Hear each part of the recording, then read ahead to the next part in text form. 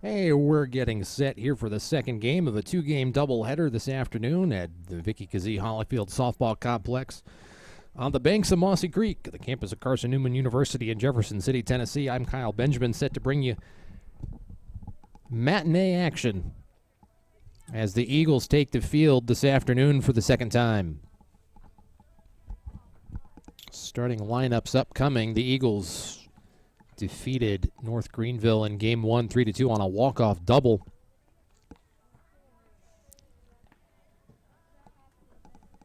By Hayden Dye, the freshman. Carson-Newman, interesting stat, is 9-2 when Dye scores a run. For the Eagles this afternoon, leading off and playing center field, number 87, Natalie Corbin. Batting second, playing shortstop, Leah Selmnow. And batting third and playing first, Emily Harris. Playing second, Emily Harris. Hayden Dye batting cleanup. She's at third. And Macy Hughes playing first. Carmen Holt, your designated player. Sierra Rogers in the circle. She started the first game, gave up 2 early walks, and was pulled for Sarah King.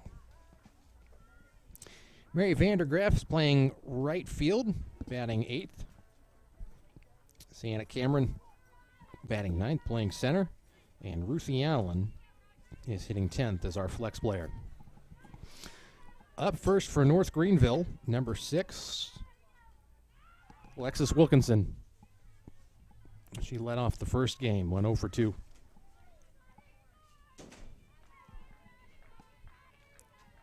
First pitch from Rogers is a ball.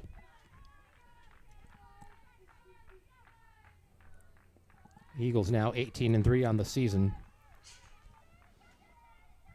North Greenville falls to 4-15.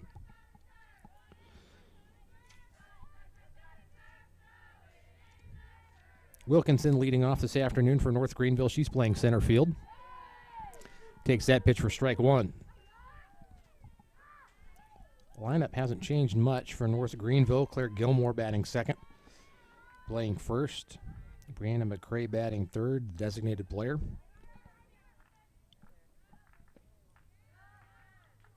That pitch low and away for ball 3. Josie Reed batting cleanup. She's playing shortstop. And Virginia Bishop in the 5 spot playing third. That ball hits the turf, bounces away.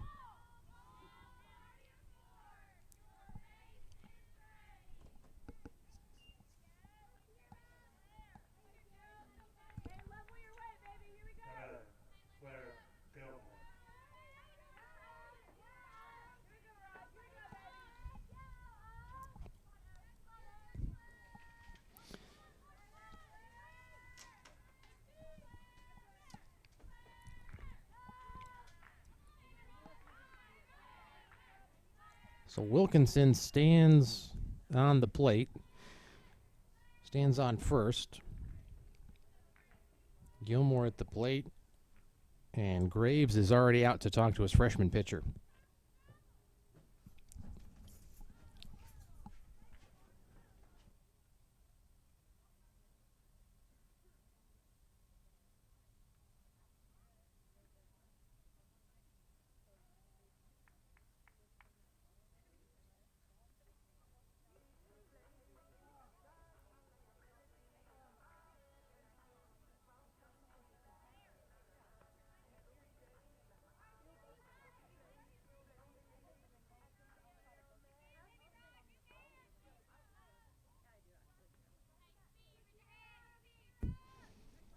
All right, quick message from Graves.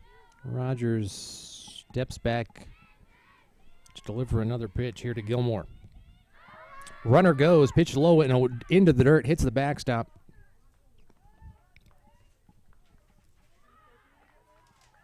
Just out of the reach of Allen.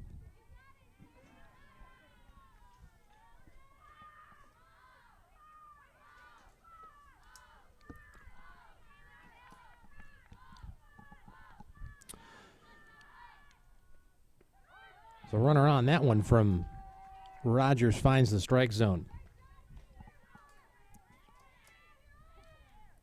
So Wilkinson advances on the wild pitch. And North Greenville already with a runner in scoring position. That one hit on a line to left, and we'll double up the runner. So a heads-up play by Cameron. She makes a jumping snag, plants, fires, and they double up Wilkinson, who had gotten a little too greedy there, trying to get to third. So heads-up play by Cameron. Left field has seen a fair amount of action this afternoon. And Cameron taking flight. Catch worthy of a web gem. And just like that, Rogers is kind of out of the jam. But that one skips 4 feet in front of the plate and scoots by Ruthie Allen.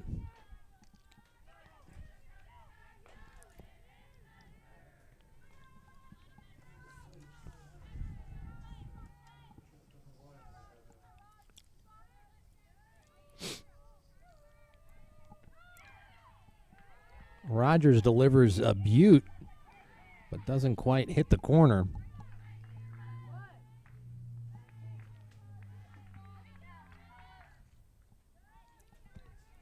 And the Eagles rank number 25th in the season. And the coach's poll.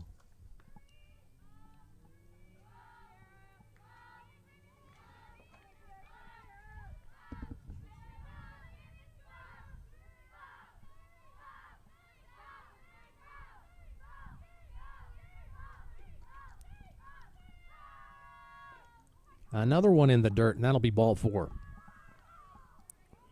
So Rogers has given up 2 walks to start this one. But a heads-up defensive play by Sienna Cameron in left field has given the Eagles 2 outs to start the first.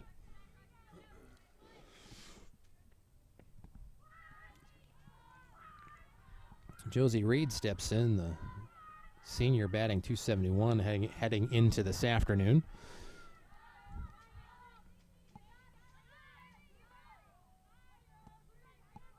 Last game, Reed went 0 for 2.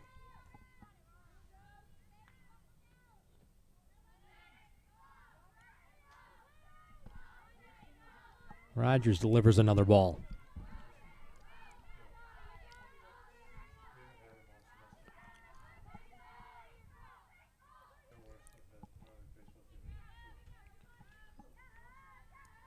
Rogers delivers. That one's in the dirt and gets away, so that'll advance the runner. McCray jogs into second.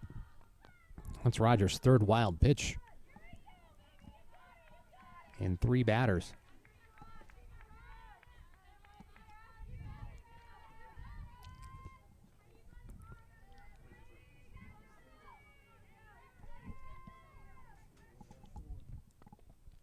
That one's low and away for ball 4. So Rogers has walked 3 early on in this one, but we've already got 2 outs. After Cameron snags, makes a jumping catch, and then doubles up the leadoff runner, Wilkinson. Busy day of athletics here at Carson-Newman University. Baseball's playing Tusculum this afternoon. This is game 2 against North Greenville for softball. Runners take a few steps there on the pitch. Football team started spring practice. The men's soccer team is on the soccer field right now beyond the outfield here, also starting spring practice. The men's basketball team's at Wingate this evening. And the Lady Eagles host the University of Virginia at Wise in opening round SAC conference tournament play. Voice of the Eagles, Adam Cavalier, has traveled with the men's basketball team, and I've been called out of the bullpen to pinch hit for Cav, mixing my sports metaphors. But it is a beautiful, beautiful Wednesday, March afternoon here in Jefferson City, Tennessee. You couldn't ask for better weather to watch softball. Rogers delivers. That one's going to drop for a base hit. 1 run is in Throw into third, not in time. And Bishop cruises in to second with an RBI double. She plates McCray, and that moves Reed to third. So just like last game, NGU is out to an early lead.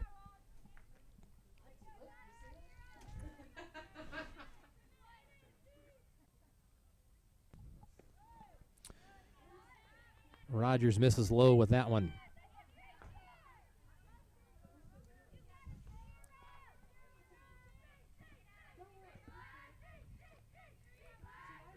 Rogers, the freshman from Graysville, Tennessee, graduate of East Hamilton High School, throws a strike.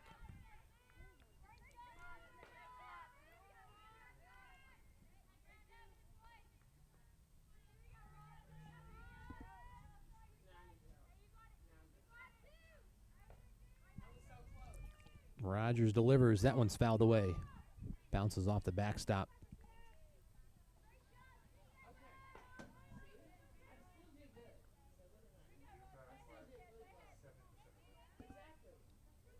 Rogers throws right, hits right.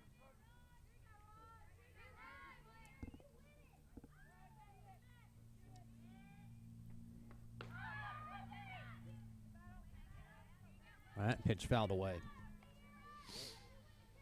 Rogers is 5-1 on the season. He's got a 4.53 ERA. And ERA a 1.64 with 2 outs. So she's good in the clutch. And that pitch fouled away. No balls, 2 strikes, 2 out. 1 runner in, 2 runners on, both in scoring position for the North Greenville Crusaders. Game 2 of a 2-game set here this afternoon for the Eagles. Won the first one in dramatic fashion. A walk-off RBI double by Hayden Dye. That pitch is in the turf. But Allen keeps it in front of her, and the runners can do nothing.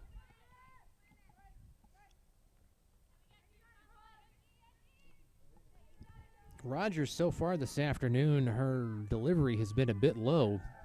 She's thrown more than half a dozen pitches into the turf here at the Vic. That one's fouled away.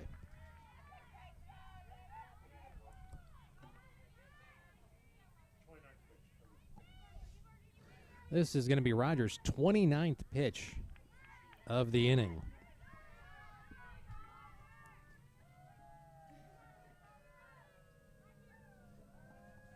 Wines delivers. That one's down and in the turf. Again, I'm saying turf, not dirt. The entire field here at the Vic is a very popular playing surface. Recently installed in the off-season, dedicated a few Saturdays ago. That one off the handle. You can hear it. Fouled away. 2 balls, 2 strikes, 2 out, 2 on. This is the 10th pitch of the at-bat. Gracie Black is making Sierra Rogers work for it. And vice versa. That one chest high for strike 3. And Rogers gets herself out of the jam. Thanks in large part to an 11-pitch at bat and some heads-up defense by Sienna Cameron, who is patrolling left field here this afternoon.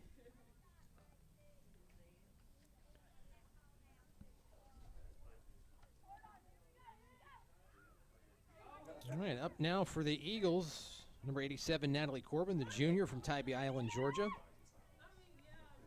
Corbin went 3 for 4 in this afternoon's earlier matchup. Carson-Newman is 15-0 on the season. 16-0 now when Corbin scores a run. Corbin on the season, batting .357 with an on-base percentage of .471. She's hitting an even .500 when she leads off. 70 at-bats, 25 hits, 24 runs, 9 ribbies, 13 walks, 10 strikeouts, 2 doubles, 1 home run, and 12 stolen bases. She did get thrown out in the last game as Carson-Newman was trying to get some offense going.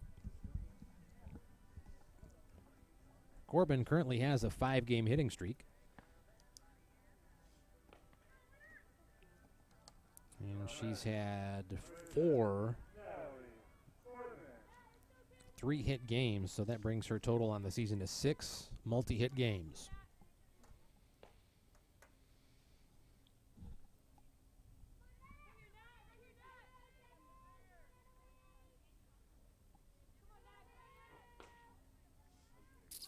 This is Corbin's first season with the Eagles. She's previously been at Richmond Hill, Young, Harrison, Armstrong State. She takes a couple steps and takes strike 1.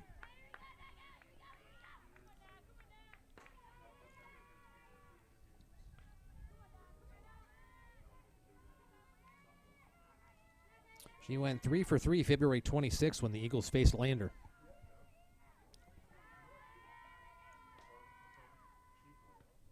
In the circle this afternoon for North Greenville is Winter Radcliffe. The lefty has an 11.81 ERA. The opposing batters have a average of 7.27 in the leadoff slot. That pitch fouled away over towards the Pedersen Nursing Building here on the campus of Carson-Newman University.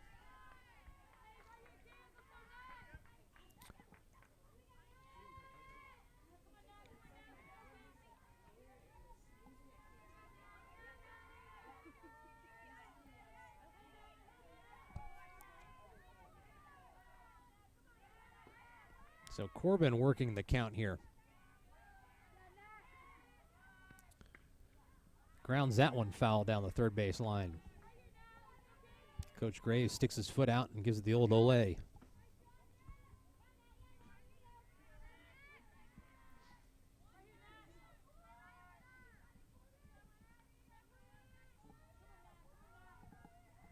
Corbin steps in. She waits for the pitch from Radcliffe. That one's in the dirt for ball 2.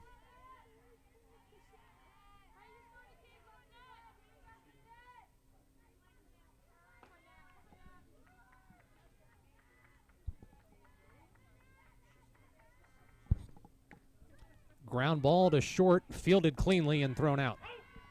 So Corbin can't quite hustle down the line. And Carson-Newman's leadoff hitter is retired. Reed scooped it cleanly and fed it to Gilmore.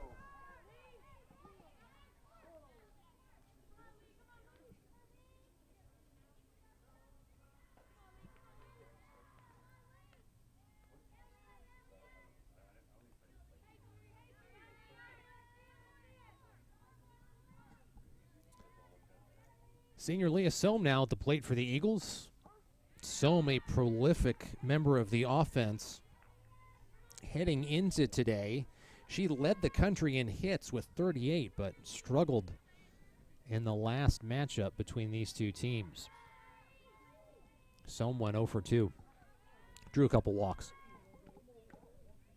Grounds that one to short, fielded cleanly, and Selm's going to be thrown out for out number 2.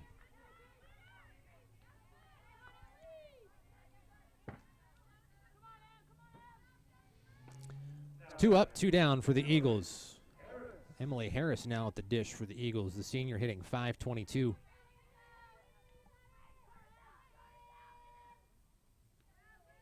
She went 2 for 4 earlier this afternoon.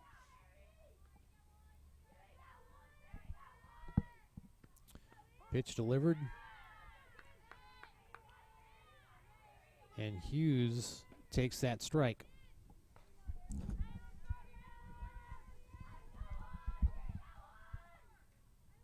Radcliffe checks her wristband, selects her pitch, winds, delivers. That one's in the dirt.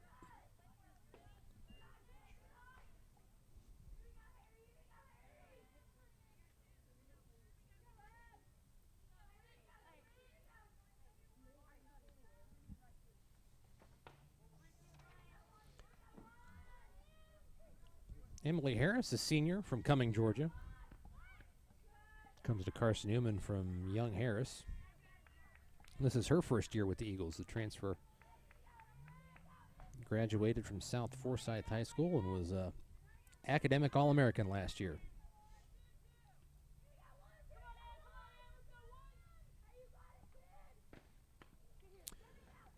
And for the third time this half inning, the Eagles knock one to the shortstop, Reed, who takes all three in stride.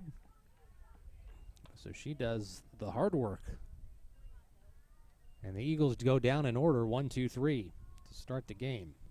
Not too much to worry about, though. Last game, the Eagles didn't get their bats going until the 6th. And plated 3 runs between the bottom of the 6th and the 7th, courtesy of a 2-run home run and a walk-off double.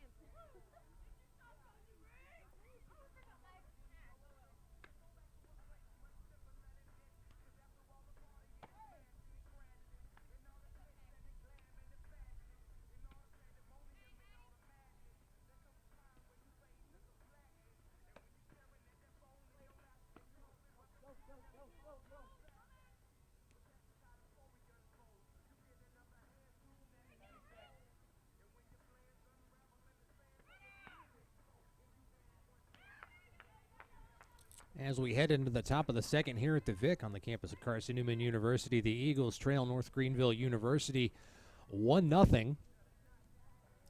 North Greenville head coach Sarah Hall having a chat with the home plate umpire. Appear to be some lineup changes getting ready to happen.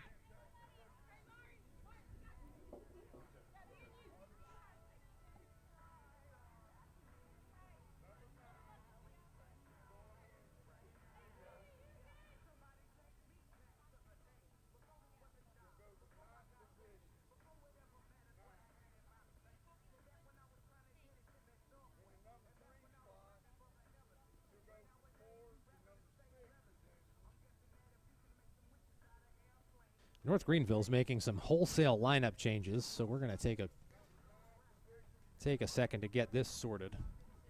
The scorekeeper is now running out of the press box to go talk to the umpire because North Greenville, I think, moved about 6 players around there. That was hard to keep track of.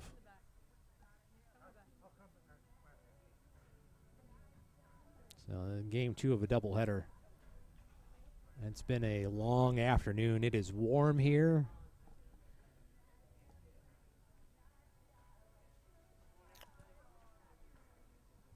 And the assistant coach for North Greenville, Chandler Madden, is still talking to the home plate umpire. Bobby Troutman, who was in the field for the first of these 2 sets. Frank Paul now in the infield. He was behind the dish last time.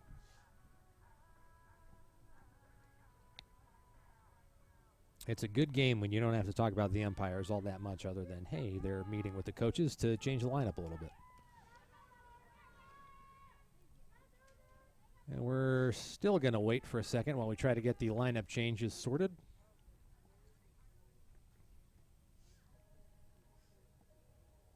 It's a nice warm day here, but some of the Lady Eagles are now sporting long sleeves and sweatshirts as the home dugout is now in the shade. About the only part of the field that's on in the shade here. It's positioned in all the athletic fields here on the campus of Carson-Newman University are on an east-west axis, which is great for nighttime football games because the sun is set behind Berktar Stadium. But for a 2 o'clock softball matchup, almost 3 here in Jefferson City, the sun is shining directly into the eyes of 7 of the 9 players on the field at any given moment. So Sienna Cameron has her work cut out for her in left field. She's looking directly into the sun. The same goes for Diane Somm on the left side of the infield. Well, it appears we've got this one sorted out. I'm looking forward to finding out about these changes. The scorekeeper has run back up the stairs and takes up his seat. His fingers will be furiously flying over the keyboard. Hughes now up for the Crusaders. That ball from Rogers in the dirt. Turf, I should say. No longer dirt here at the Vic. This field is but a couple weeks old. It was installed in the offseason. A gift from a donor. And it is a beautiful, beautiful complex here in the shadows of Berktar Stadium.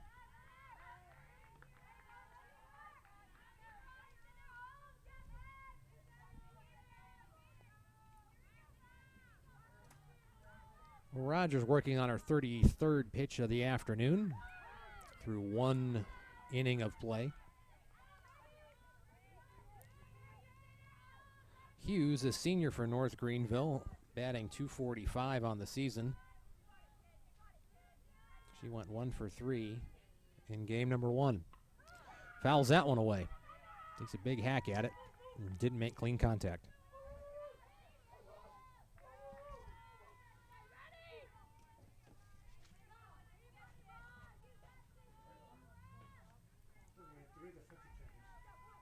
North Greenville has made 3 defensive changes. And that cut from Hughes fouls the ball out of play over towards the tennis courts here at Carson-Newman. I take that back. We've made 3 defensive changes this afternoon.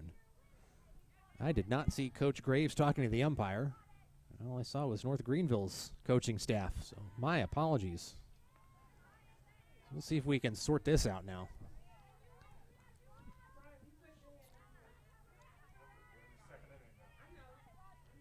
So Rogers still pitching. Allen still behind the plate. That pitch fouled away. Hughes is at first. Vandergriff at short, or Vandergriff at second.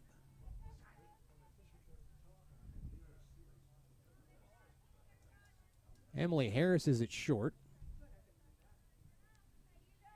Dye still at third. So the infield hasn't changed any.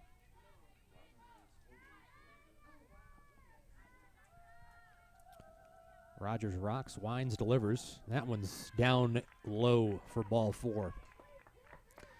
So Rogers gives up her 4th walk of the afternoon. Carson-Newman only has 2 pitchers on the roster who haven't played today.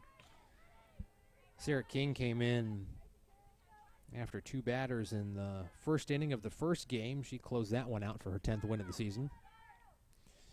But according to the roster we have, Carson-Newman's only got Nicolette Ferguson and Morgan Baker Chellis left.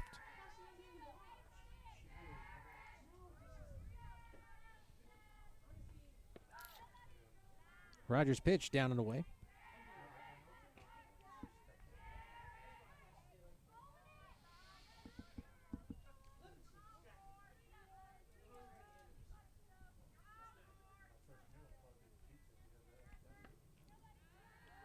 Rogers' 4th pitch of this at bat. Down and away for ball 2.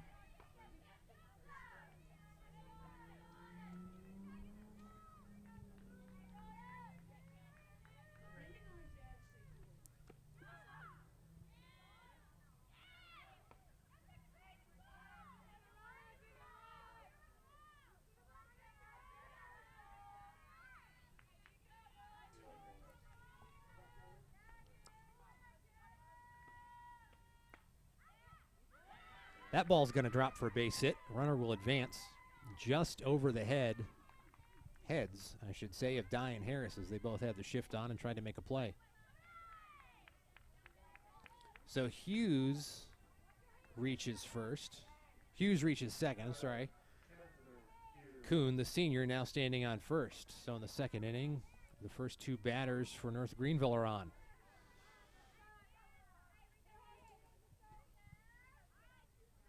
We have a Hughes and a Hughes playing on opposite teams. That bunt doesn't work. That's going to sting a little bit. I think it clipped her hand.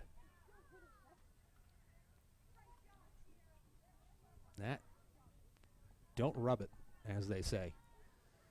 She took that one right off the knuckles. There are 3 Hugheses on the field at the moment. Carson-Newman's first baseman.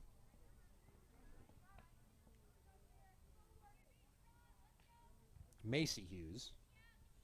Batting now for North Greenville, Kinsley Hughes. And on second at the moment, playing right field, Jenna Hughes. Her name is spelled Hewes. The other 2 spelled in the more traditional manner.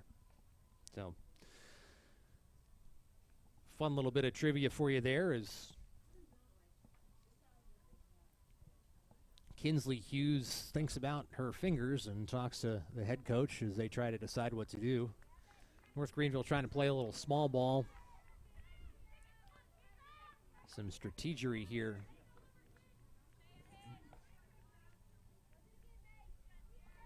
Hughes tried to get the bunt down, but the pitch clipped her fingers and the bat. Carson-Newman's defense creeps in.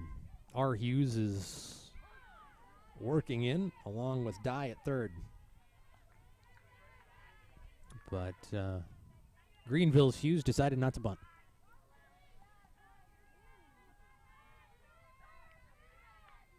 Here comes Rogers' 45th pitch. And that one's fouled away.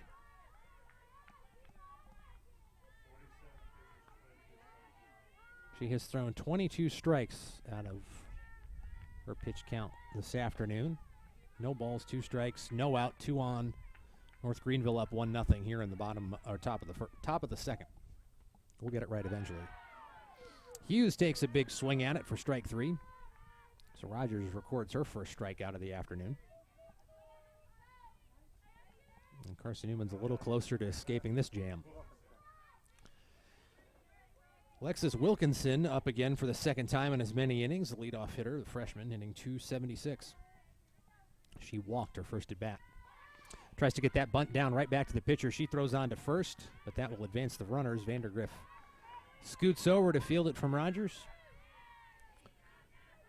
But the bunt gets the job done, and those runners now are in scoring position ×2. So Hughes and Kuhn are now on third and second, respectively.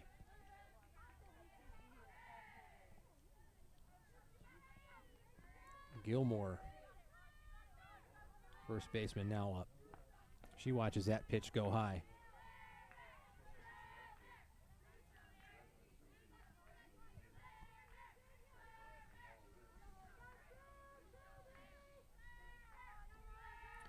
Gilmore went 0 for 2 in Game 1 this afternoon, hitting .339 on the season.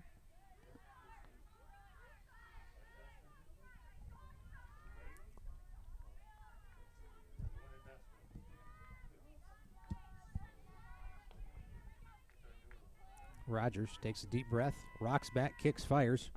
That pitch is high.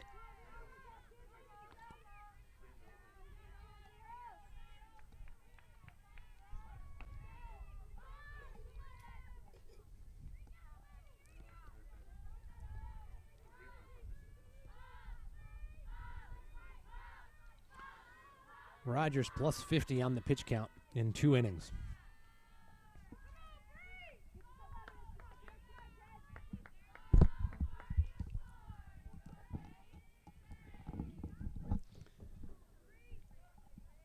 And Sarah King, who recorded the win in the first game, is up in the Carson-Newman bullpen.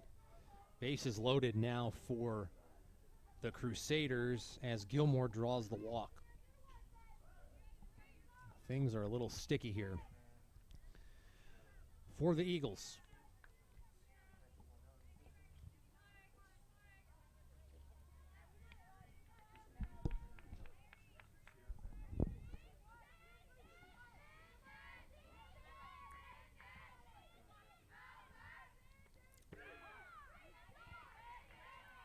Brianna McCrae watches that one go by for strike number 1. McCrae, a senior, hitting .254, 58 on the season. Played in 17 games, started 17 games. That pitch is inside. McRae has to dance back from Rogers' pitch.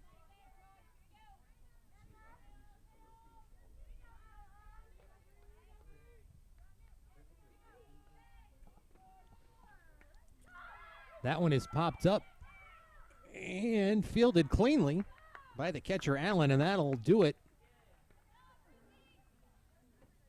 for that half inning. So North Greenville threatened. They had the bases loaded. They plate 0. They leave 3 stranded.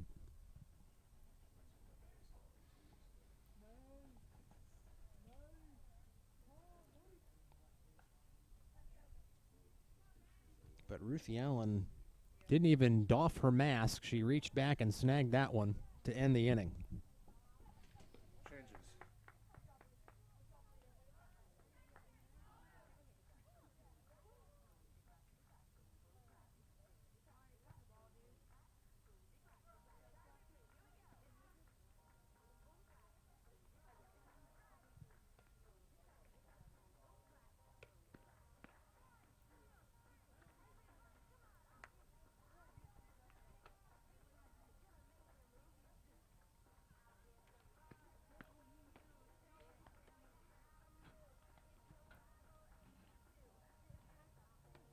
We promised we'd get him to you eventually. Here are Carson-Newman's defensive changes after that half inning.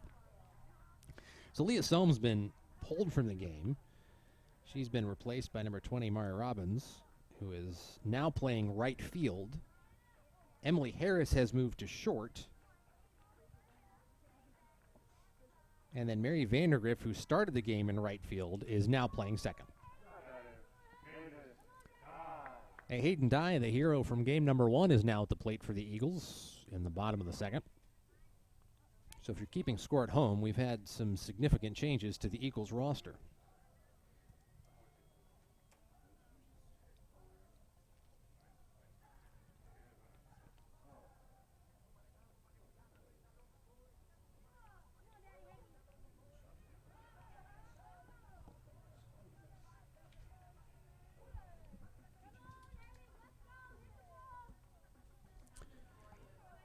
We're going to pause again as we make some more lineup changes. This time it sounds like North Greenville has made them.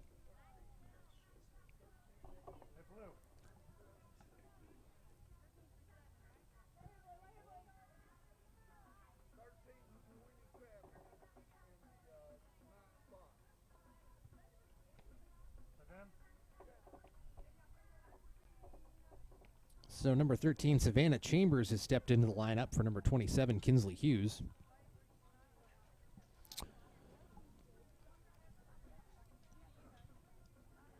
So she takes over at second base for Hughes and will be batting in the 9 spot.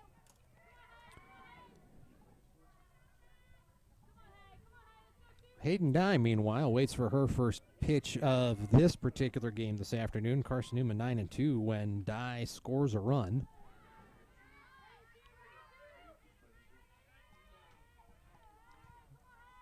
Dye came in on a 2-run home run in the bottom of the 6th and then hit the walk-off double to end the game. And she watches that one skip off the turf.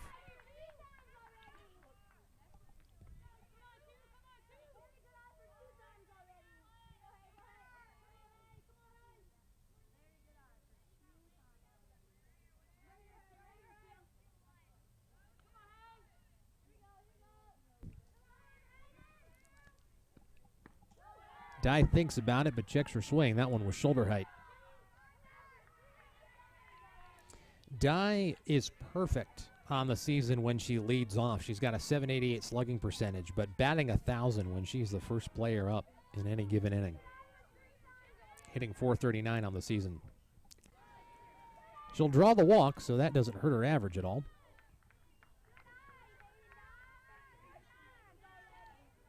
That's Dye's 12th walk of the season. Macy Hughes now at the plate for the Eagles. The sophomore bats left, throws left, playing first base. And watches the first pitch from Radcliffe go outside.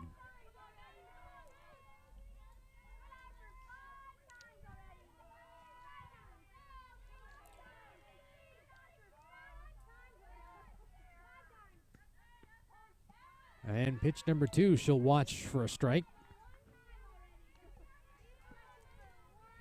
Hughes hitting .362 on the season, 69 at bats, 25 hits, 16 runs, 36 RBIs. So she's making her presence felt in the Eagles' offensive lineup.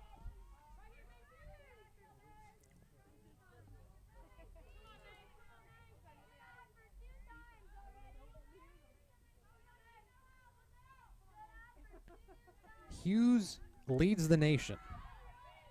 So with her 36 ribbies, she currently leads the nation in runs batted in.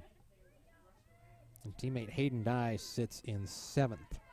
So if Hughes were to continue on this pace over the final 30 games of the season, she would surpass All-American Brittany Hefner's single-season sack record and school record of 75 ribbies.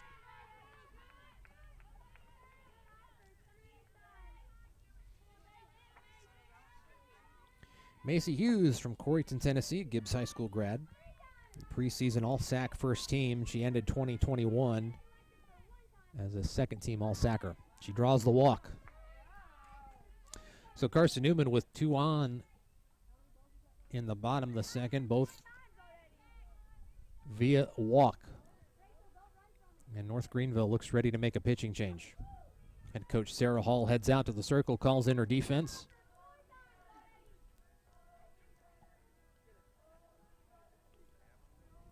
Carson-Newman's base runners, Dye and Hughes, head over to talk to Coach Graves.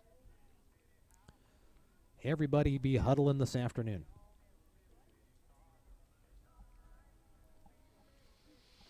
North Greenville's got one warming up in the bullpen.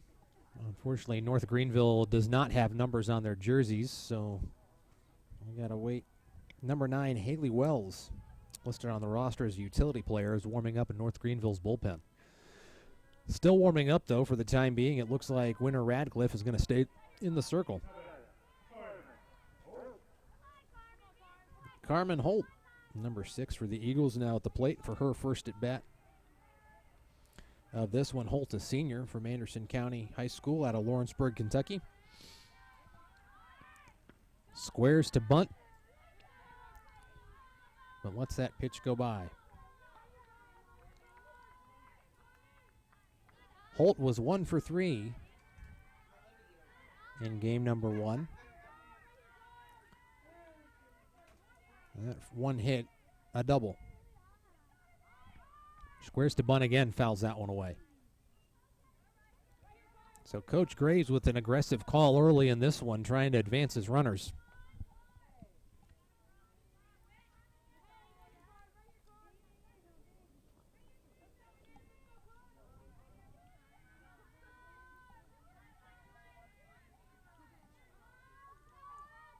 Radcliffe waits, kicks back, winds and fires, and Holt fouls that one away.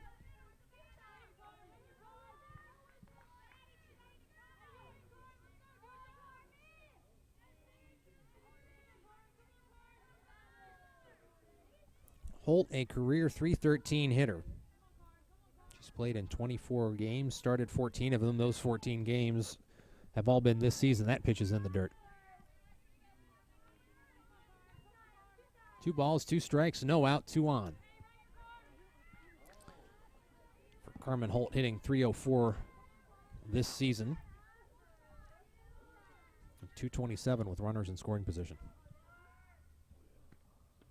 That pitch is down and away for ball 3. So Radcliffe finds herself in a bit of a jam early. She has thrown 27 pitches and 12 of them have been strikes. Carson-Newman unfortunately hasn't been able to capitalize on that lack of efficiency.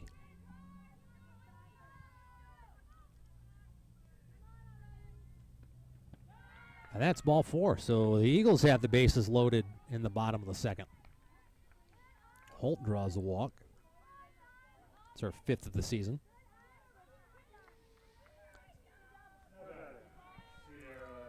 And here comes the pitcher, Sierra Rogers. Rogers, the freshman, hitting .262 on the season at East Hamilton High School in Graysville, Tennessee. And we'll pause again. for North Greenville to make what appears to be a pitching change.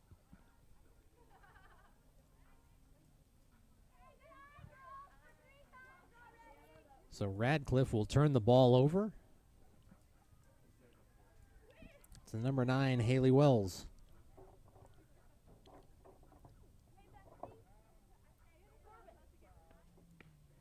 And Wells will get a couple warm-up tosses to acclimate herself to the catcher, McCray.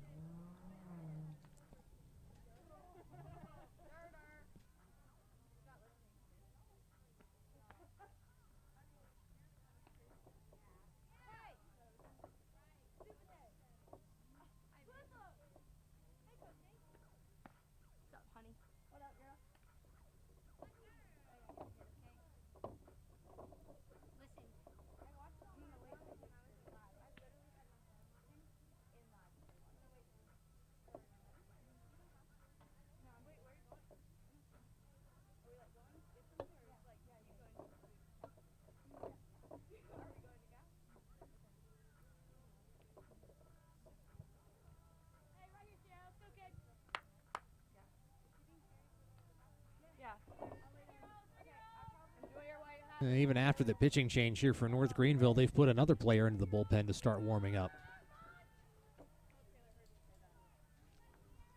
We can't quite get a number from our angle. Bases loaded now for the pitcher, Sierra Rogers. She's trying to help her own cause. Number 24 warming up in the North Greenville bullpen. That pitch is belt high and in the heart of the strike zone. Maddie Gore allegedly warming up. She's a right-handed pitcher.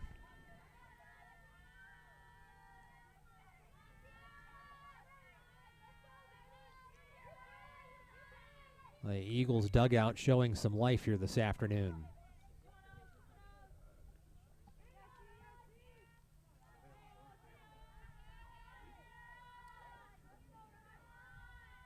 And the pitch off speed does not fall through the strike zone.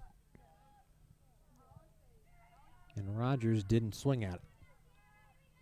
Good discipline from Rogers. Haley Wells, 8.71 ERA so far this season. She's got 1 win, 4 losses. Rogers takes a big cut at it. Made some contact. That's strike 2. 3 on, no outs.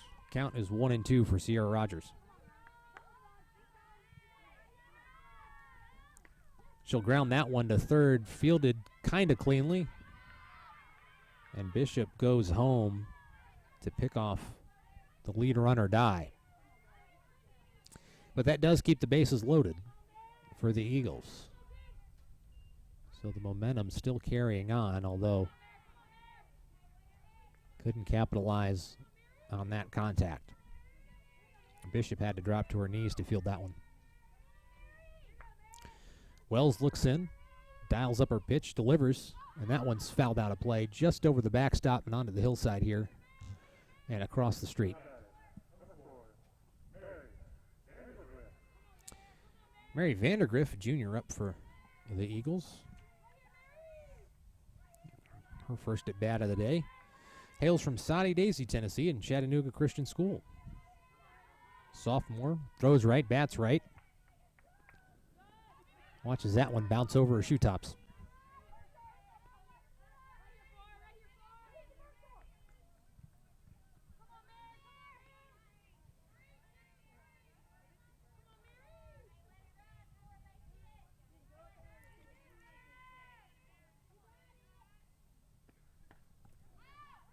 Vandergriff pops that one out of play, giving chase.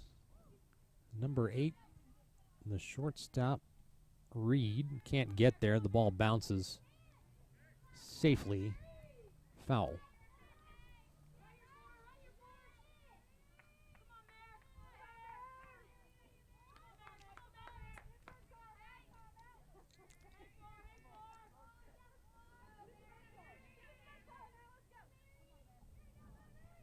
Ray waits. That pitch is outside for ball number 3.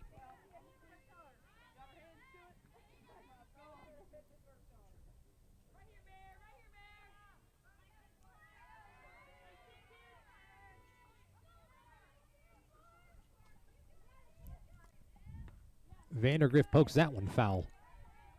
She's trying to drop it into play just on the other side of the infield, it looks like, by the arc of that swing, but she was a little too far out in front of it. So if she can place it where she wants to, it looks like the Eagles will be able to get two across. Hughes, Holt, and Rogers on the bags for the Eagles. And Vandergriff is making Wells work for it.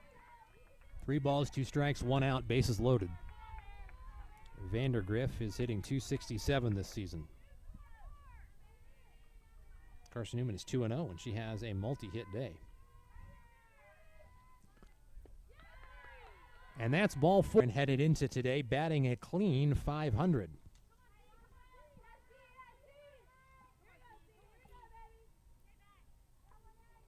Cameron, also starting today, was the 4th leading hitter in the nation. Carson-Newman has 3 of those top 4.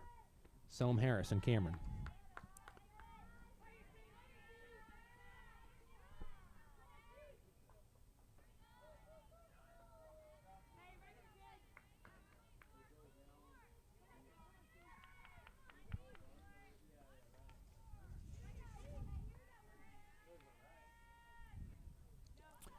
That ball bounces away from the catcher, but not far enough for anybody to do anything with it. Cameron from Friendsville, Tennessee, is an Alcoa High School grad. Bats hit, Bats left, throws left. She's had 6 multi-hit games this season and is currently riding a 16-game hitting streak, which is her career long.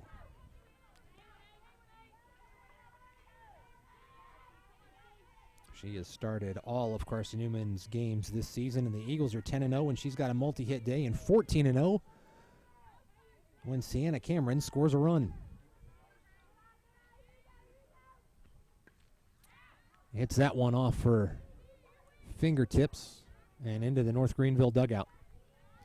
Count 3-2. Bases loaded for the Eagles with 1 out here in the bottom of the first.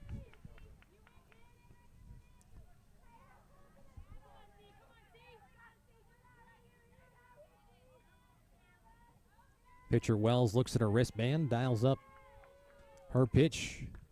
Rogers hits it off the handle. That one's going to drop. That'll score at least 1. The ball's misplayed.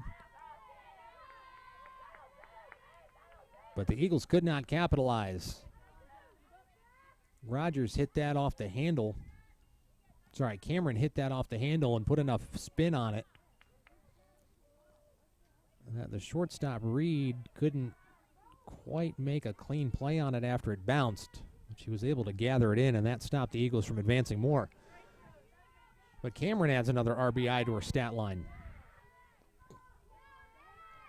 And the Eagles still have the bases loaded for Natalie Corbin, the leadoff batter in the lineup. Corbin 0 for 1 today. The senior, though, hitting .352 overall.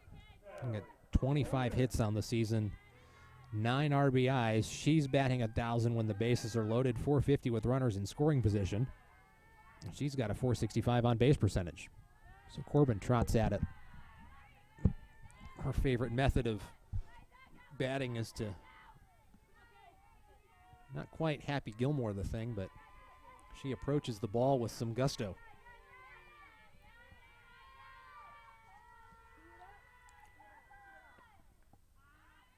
Corbin takes a hack at that one and fouls it away.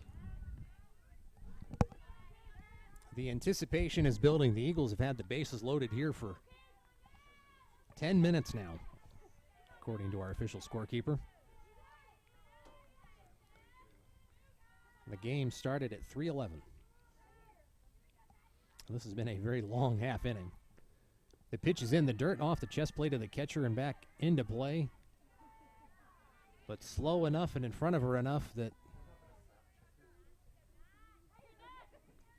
the Eagles cannot advance. Catcher McCrae's had her work cut out for her this afternoon. More than a few pitches have been in the dirt. Turf, I should say. There's no dirt here anymore at the Vic. Winter getting ready for a 19th pitch. That one's in the dirt and down the third baseline. Rogers might have been able to do something with that, but she does not have the green light from head coach Michael Graves.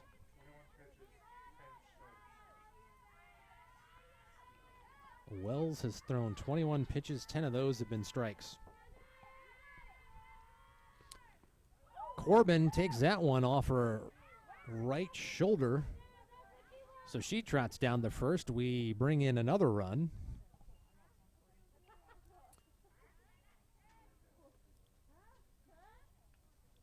North Greenville's trying to buy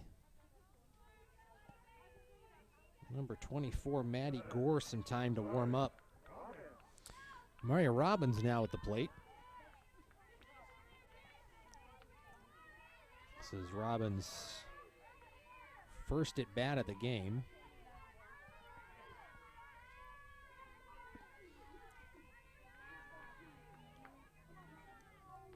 Robbins with 7 at bats on the season has 1 hit.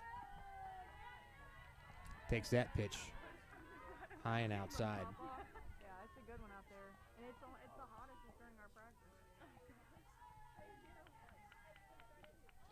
And the catcher McCrae is going to walk out to the circle for a brief conference with her pitcher Wells. The other North Greenville players all gather together to chit-chat. Again, trying to buy some time for the pitcher warming up in the bullpen. Carson-Newman's had the bases loaded.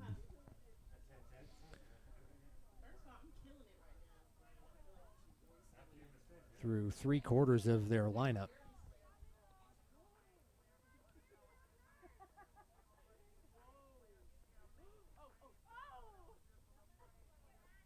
So Robbins, Harris, and Dye, the next 3 for the Eagles. Bases loaded, 1 out. Eagles are up 3-1 on 1 hit. A couple of these runs have been walked in.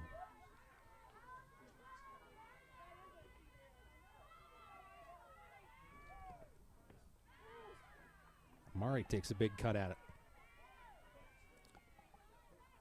Cameron with the sole hit of the day in this particular game for the Eagles. She singled up the middle, and that drove in a run. Vandergriff, Cameron, and Corbin on the bases for the Eagles. Rogers watches that one just kiss the outside corner of the plate for strike number 2.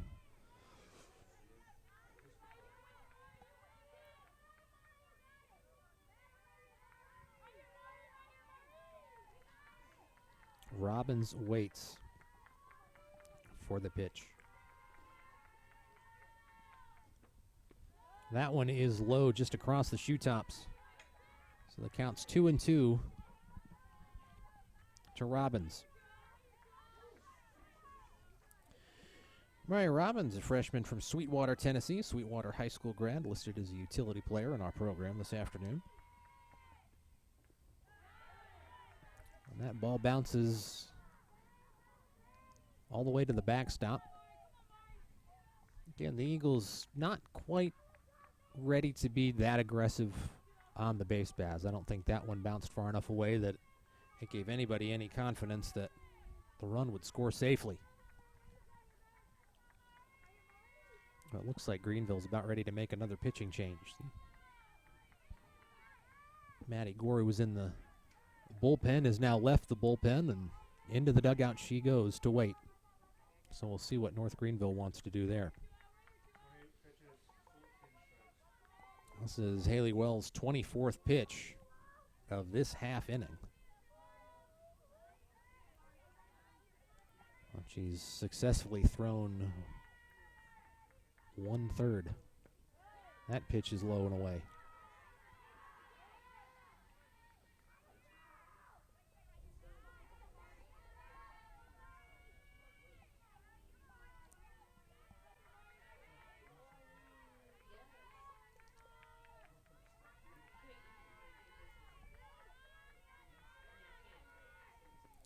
Here's the pitch, popped up and out of play. That one's not going to stay.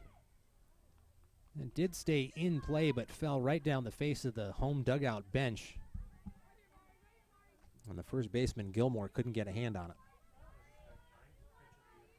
This is the ninth pitch of the at-bat for Mari Robbins. Eagles are 6-0 when Robbins scores a run.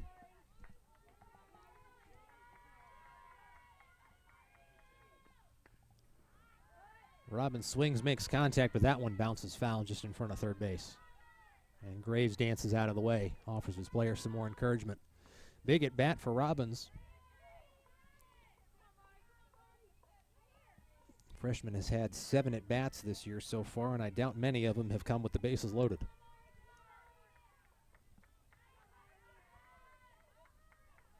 None of them have come with the bases loaded, as a matter of fact. But she's hitting an even .500 with runners in scoring position. That ball is in the dirt. She'll draw the walk. That walks in another run for the Eagles.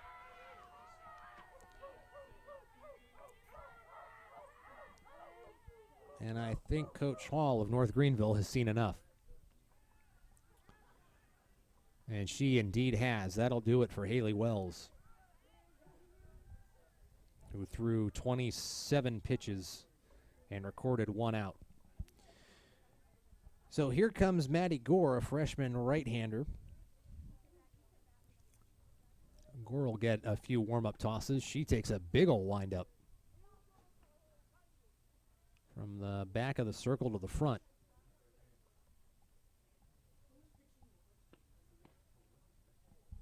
Well, Gore with a different delivery than the other two pitchers the Eagles have faced so far in game number 2 this afternoon. She gets a running start, more or less. So she's getting some oomph behind the throws. We'll see if, as she gets closer to getting ready to deliver a pitch in anger, if she actually starts from the rubber or not.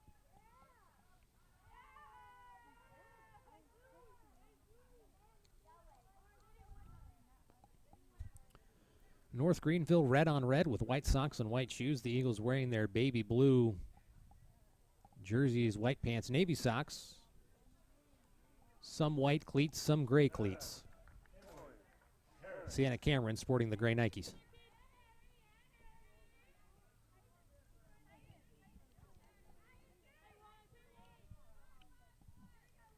So Emily Harris now at the plate. Harris 0 for 1 on the day. The senior's hitting .514 on the season.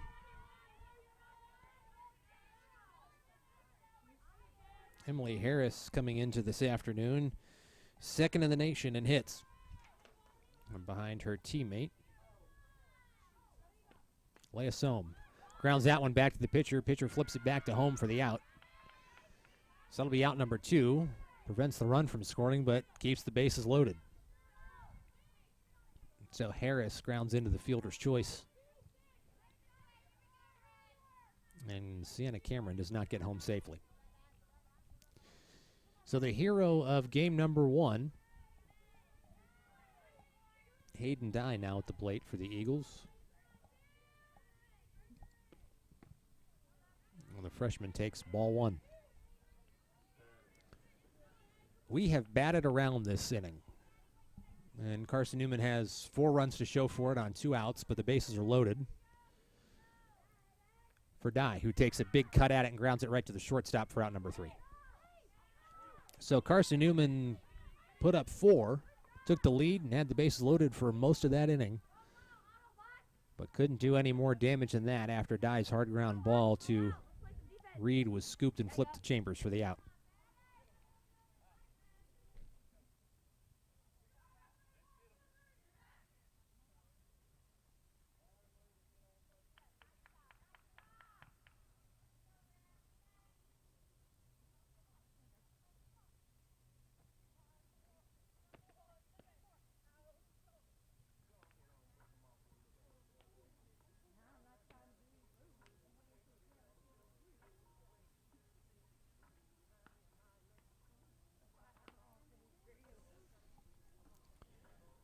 There's an interesting statistic for you who are into these sort of things. It's inside softball, if you will. Long at bats, which is categorized as anything beyond 8 pitches. The record coming into today was 9, and we've had 1 player go 10 and 1 player go 9. Natalie Corbin was the holder of that record. She took her at bat last half inning 10 pitches.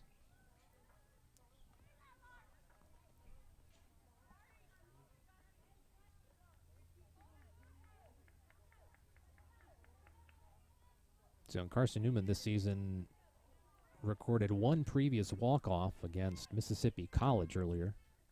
Mary Vandergriff laid down a sack bunt. And then Santa Cameron hit a game-winning hit to left to give Carson-Newman the 9-8 win in a 10-inning game. And then last game, it was Hayden Dye with the walk-off double. So Carson-Newman, a friend of the rally and the late-game heroics. That was also Carson-Newman's sixth come-from-behind victory this season to bring their record to 18-4. Rogers has thrown 2 balls this at-bat to Josie Reed, the shortstop. Rogers looks in, Reed awaits, he rocks back, coils, doesn't pull the trigger.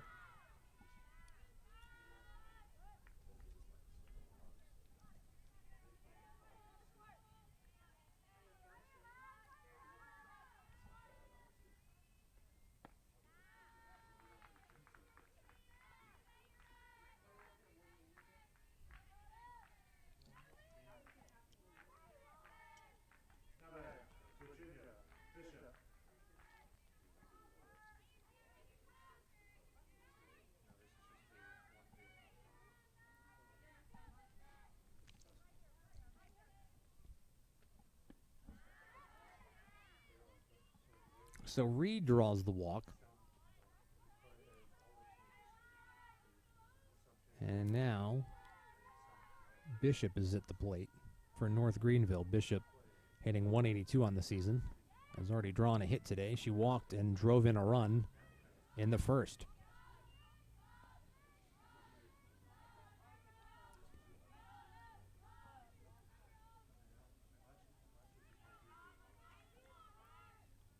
Rogers is into the mid-60s so far through 2 innings of work. She has thrown 63 pitches. 23 of them have been strikes.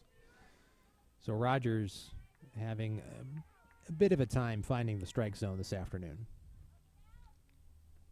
But the Eagles do enjoy a 4-1 lead. And that's the second walk of the inning given up by Rogers.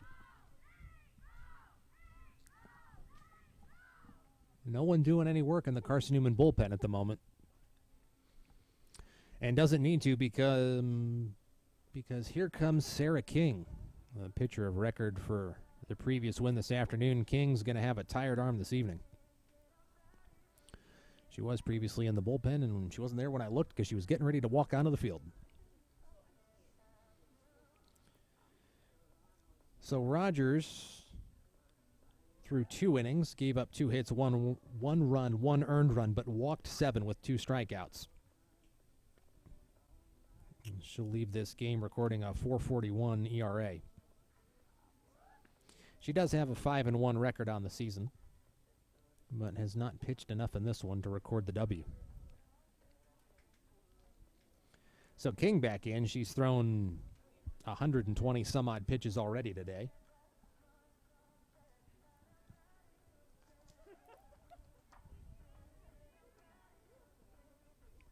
But the senior is being called on again to keep North Greenville in check.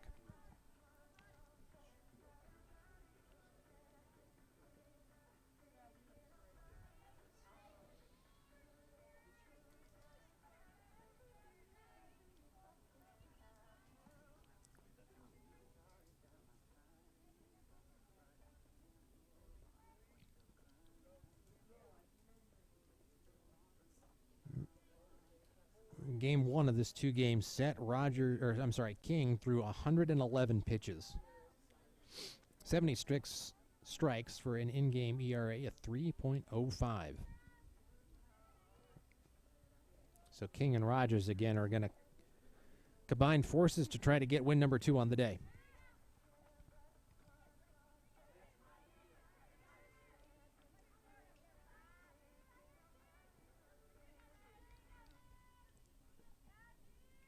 Grace Black squares to bunt. Nothing doing. 2 on, no out. No balls, 1 strike. For North Greenville University here in the top of the 3rd.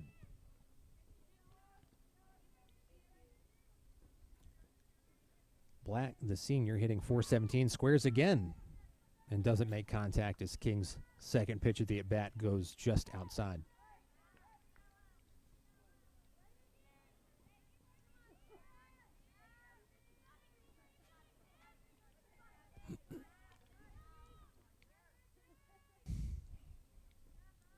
Rogers wheels. Black again squares to bunt but doesn't make contact.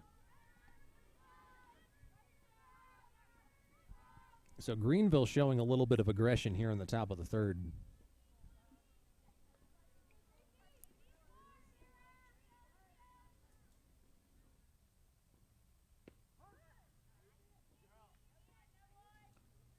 King's 4th pitch does just graze the strike zone for strike number 1. So she's working this one from a bit of a deficit at the moment.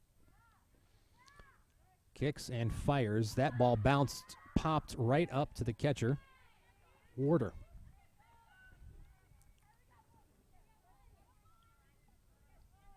Warder wearing a, well, you could almost call it a little automotive camouflage. That's what it reminds me of the manufacturer liveries when they don't want to give away what a new car is going to look like while it's going through testing. Their black and white helmet certainly stands out. Warder wearing black, white, and red in all her catcher's gear.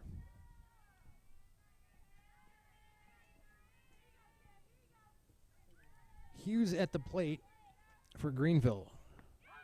She drew a walk her previous at bat and is hitting .245 on the season. Bishop and Reed on first and second for North Greenville.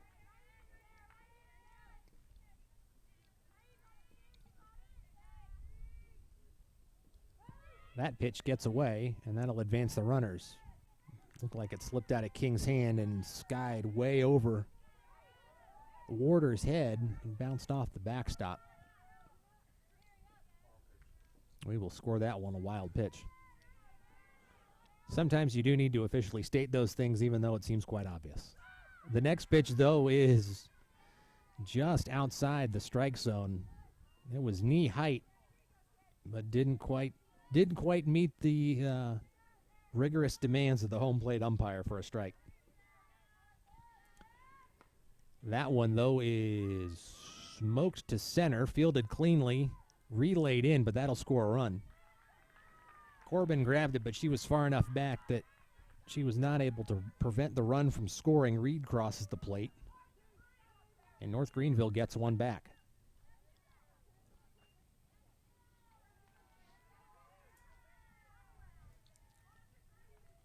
King laughs it off.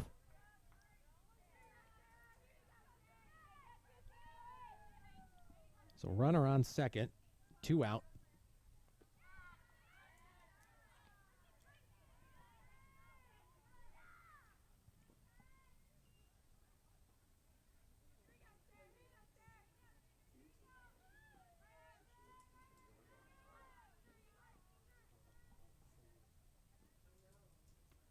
And that pitch is outside.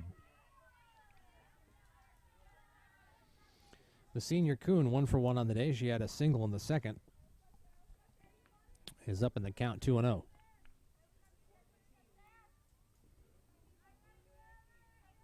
A wide stance for Kuhn as she waits. Brings her feet together, coils, and watches that one go in for strike 1. It's a busy day athletically here for Carson-Newman University. This is game 2 of a 2-game doubleheader for the Eagles softball team. Baseball playing Tusculum in some non-conference action. Football team has started spring practice. That one's fouled away off the top of the press box here.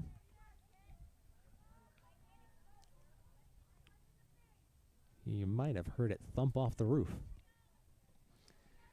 With the football team, the Eagles, under head coach Mike Clowney, have started spring practice. The men's soccer team has also started spring practice. The women's soccer team has also started spring practice. They're sharing a field right over the outfield fence here at Vicky Kazee Hollyfield Softball Complex. And then tonight, the Lady Eagles are hosting UVA-Wise in the opening salvo of South Atlantic Conference tournament play. The men's basketball team is on the road to Wingate, North Carolina.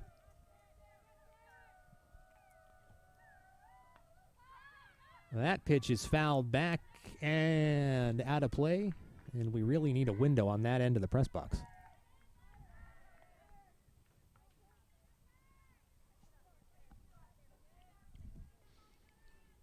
We are perched above the home dugout here, and you can see out one door into the home bullpen. But the angle of attack for anything that happens, about 12 feet behind home plate, you can't see it. That ball golfed off the visitor dugout.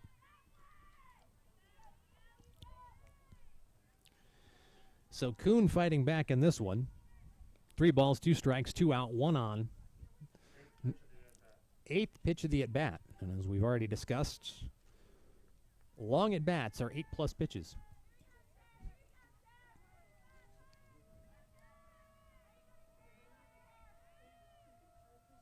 King delivers. That one's fouled behind, off the bottom of the barrel, and bounces into the North Greenville dugout, sending players scattering.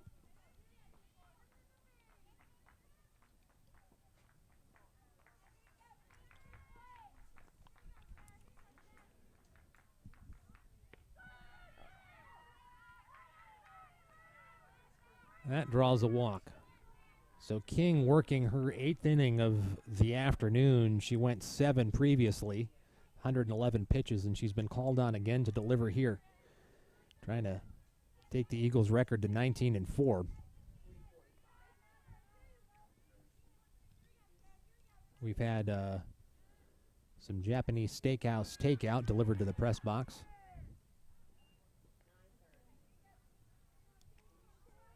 And that pitch bounces away. So King has thrown 9 strikes in 20 pitches. So you can't really fault her too much because she went 7 strong not but 2 hours ago. The senior hasn't had much chance to rest, but Coach Graves believes in her. And here she is again. Selects her pitch, rocks back, winds, and fires. That one's fouled up. Werder works on it and grabs it to end the inning.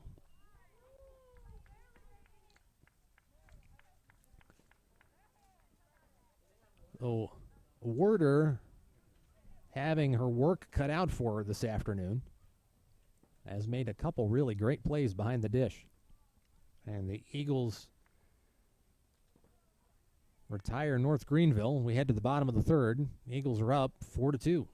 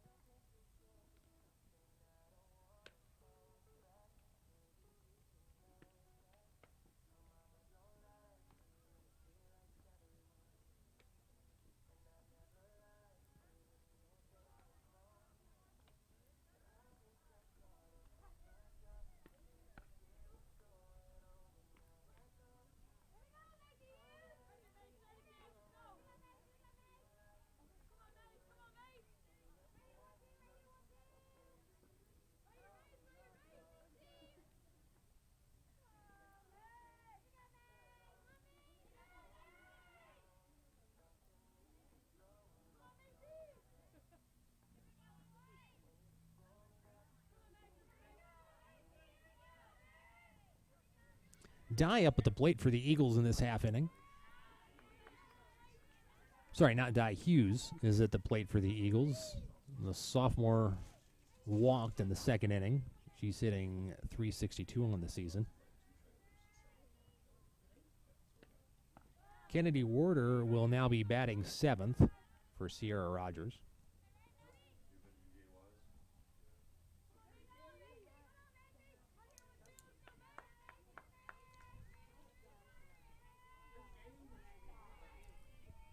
Matty Gore, the pitcher for North Greenville, delivers, and that one's fouled away. Hughes takes a good swing at it and didn't make clean contact and bounced that one right to her left.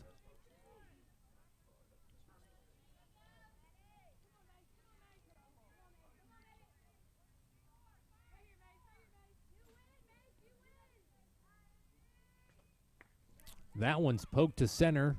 Center fielder gives a run for it and makes the grab. Wilkinson was on her horse. Had to reach for it and pulled that one in. She misplays it. It's extra bases for Hughes. So Colt steps into the batter's box.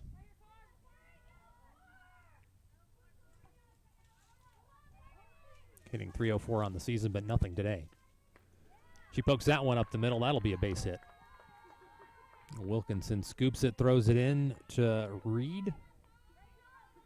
And Holt holds up at 1.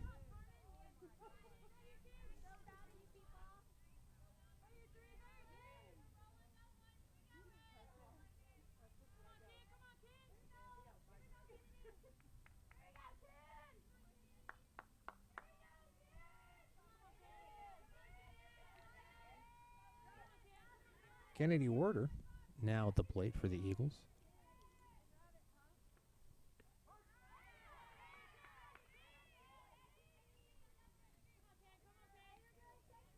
Warder wearing 33 this afternoon.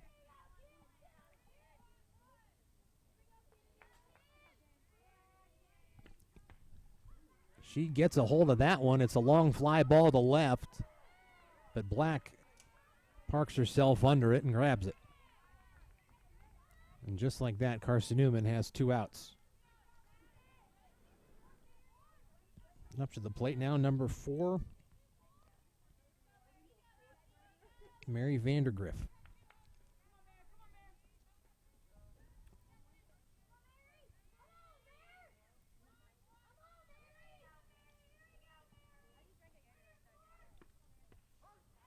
Vandergriff takes strike 1.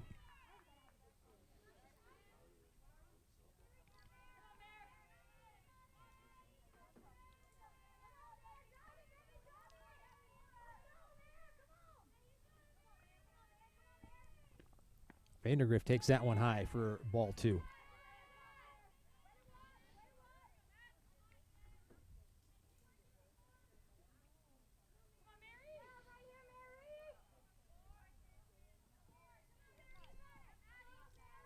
So Vandergriff waits for the pitch. Here it is, off speed. Just paints the outside corner for strike 2.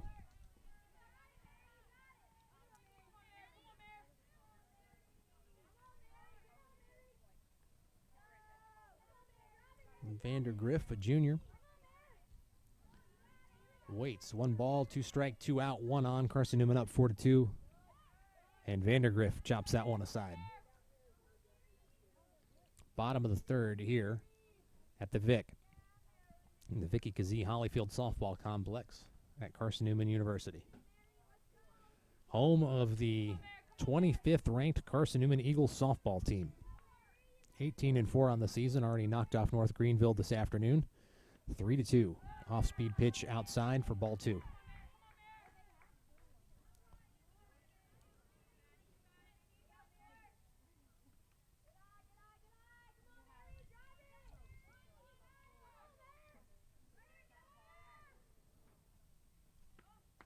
And Vandergriff connects, but hits that one to short, fielded cleanly. Throw is a bit high, but fielded by Gilmore. So Reed to Gilmore, and that retires the Eagles, who did not score any runs and notched 1 hit, left 1 on base.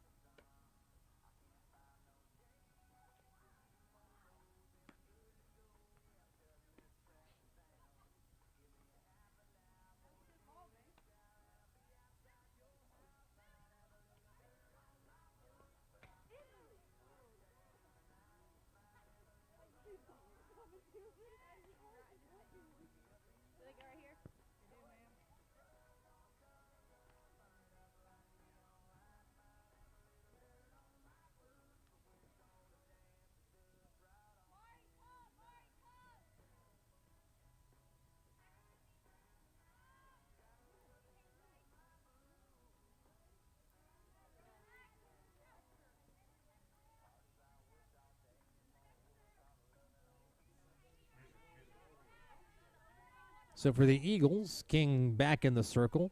North Greenville's got another warming up in the bullpen. And Alexis Wilkinson steps into the batter's box for the Crusaders. She strides and takes the strike.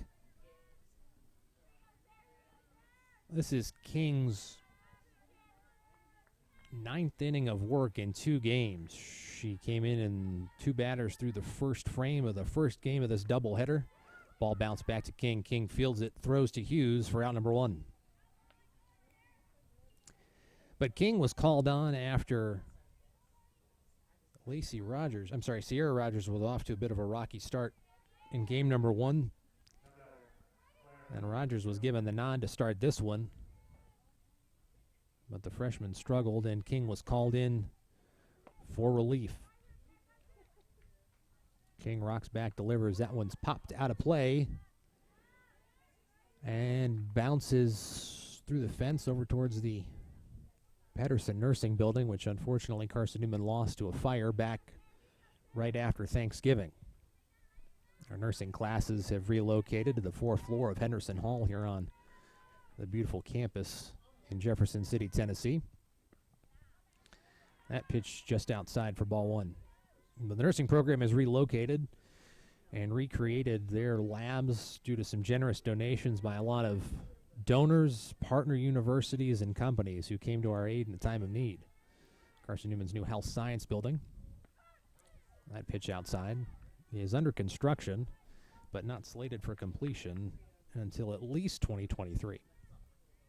But rest assured, if you're interested in coming to Carson-Newman for nursing, nothing has changed as far as how that program is conducted. It's just in a bit of a different spot. That pitch just skips out of Werder's glove. Walk of the afternoon.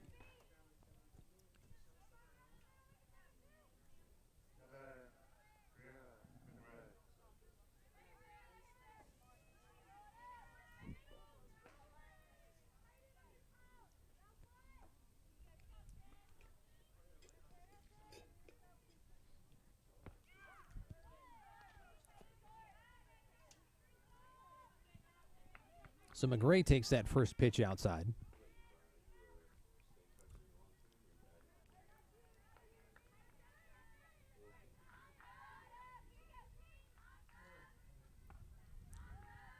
That pitch is high and outside for ball 2.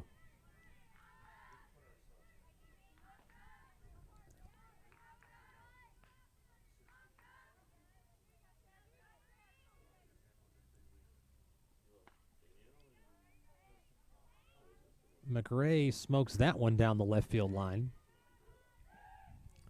That's a long, long strike. So the count 1-2, 1 out, 1 on. North Greenville down 2-4.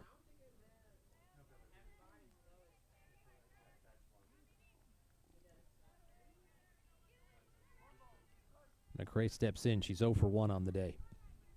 Walked in the first, popped out to second in the second. And fouls that one back.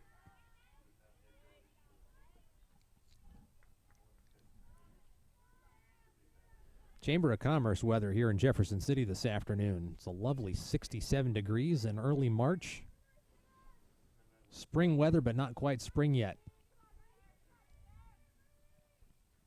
Great day for softball. That ball chopped up the middle. Great play. Fielded 1 and 2. Harris takes care of it herself to end the inning. Grabbed the chopper, touched the bag, flipped it on to first in the waiting glove.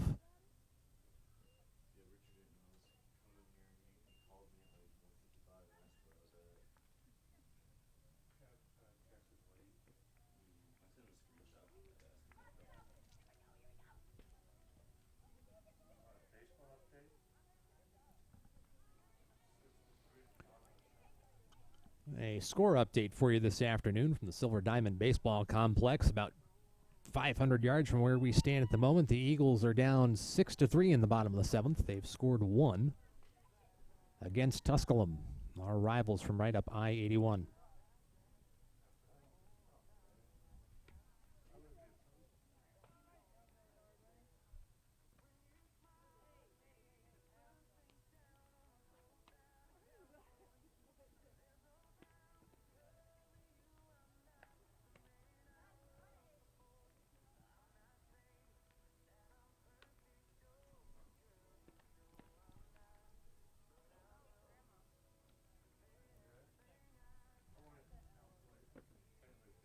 So North Greenville returns the previous innings defensive lineup to the field. In the circle, Matty Gore, a freshman, right-hander. And in the bullpen, Emma Rogers, also a right-handed freshman. The doubleheaders are always a little challenging for coaches. You got to make sure everybody's healthy. Nothing goes wrong in your first game, and then you've got to manage pitch counts and players. But North Greenville currently on its second pitcher of this second game. Sienna Cameron at the plate. She takes kind of a swinging bunt approach.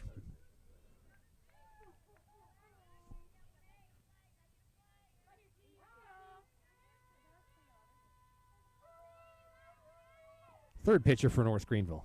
I missed one. That ball chopped to first and flipped. Well, chopped to second. The second baseman was playing where the first baseman should have been playing and flipped it to the first baseman who was playing in shallow right field. So an interesting shift on there for Sienna Cameron. Leadoff batter, Natalie Corbin, number 87, now at the plate. Corbin has done some damage this afternoon. Takes that one for a strike. Corbin hit by a pitch, scored. She didn't score a run. When she was hit by a pitch, she earned an RBI. The bases were loaded, chops that one to short, fielded. Corbin does not hustle that one out. She hustled down the line. She had her jets on, but couldn't get there in time. Well, the shortstop for North Greenville, Reed, makes another great play. She's had a busy afternoon. The Eagles do like to hit to the left side of the infield. Maria Robbins now up at the plate. Freshman walked and also drew a RBI in the second inning where Carson-Newman just rotated players through. We batted around. Had the bases loaded for a long time. Came away with 4.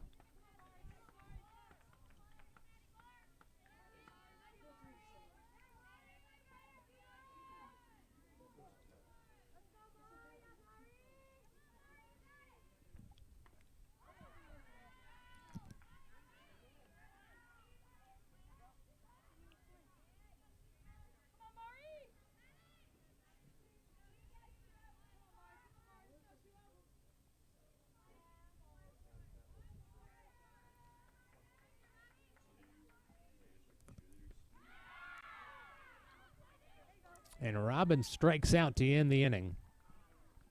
So Gore, as the third pitcher for North Greenville, has managed to shut down the Eagles' bats. She's thrown 2 scoreless innings.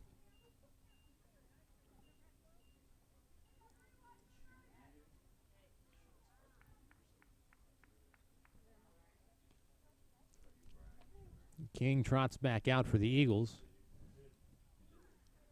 to begin her 10th inning of work this afternoon. No one up yet in the Eagles bullpen. No defensive substitutions for the Eagles, as we carry a 4-2 lead into the top of the 5th.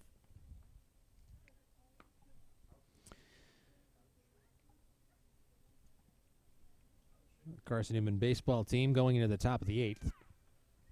Just down the hill from us here at the Vicky Kazee Hollyfield Softball Complex.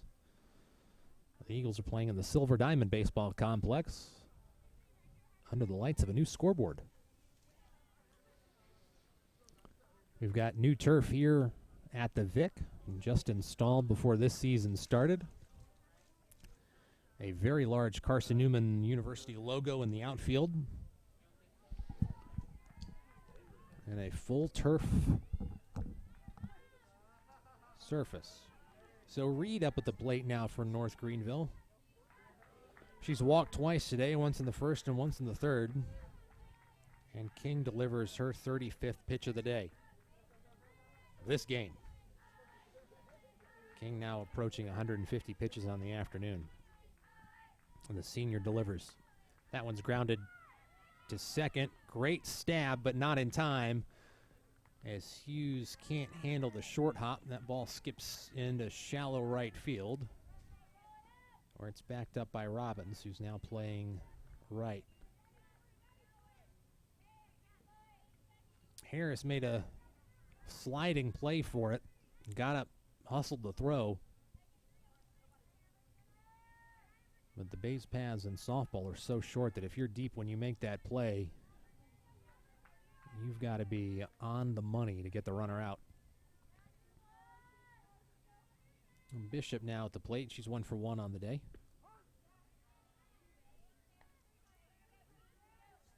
She had an RBI single in the first and walked in the third.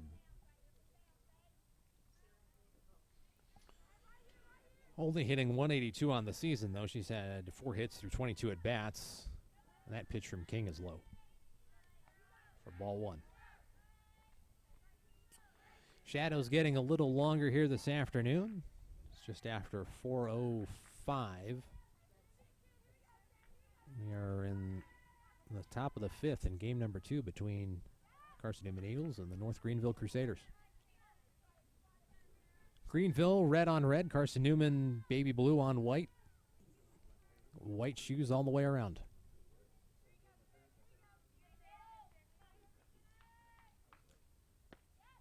King throws that one low across the shoe tops of Bishop.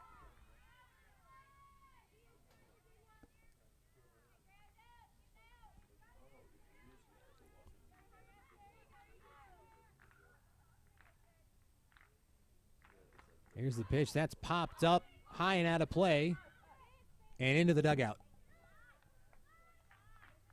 Hughes gave chase, but that ball dipped just over the fence and sent some Eagles scattering.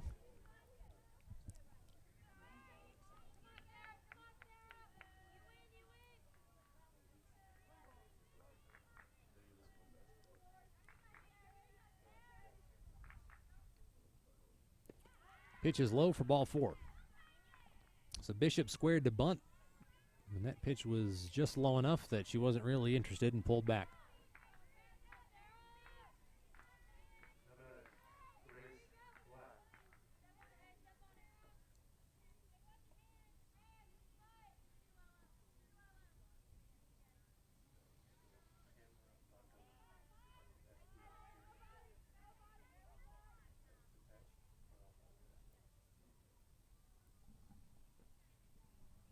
Coach Graves wants to have a chat with his players as the tying runs are now aboard for North Greenville.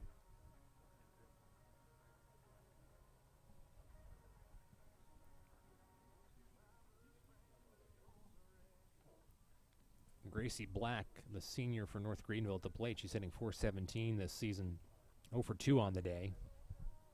Struck out looking in the first. Rounded out to second in the third.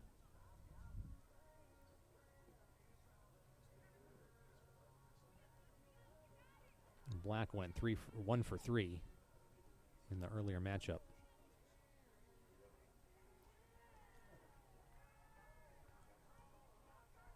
The North Greenville's coach now meeting with the home plate umpire to discuss some potential changes.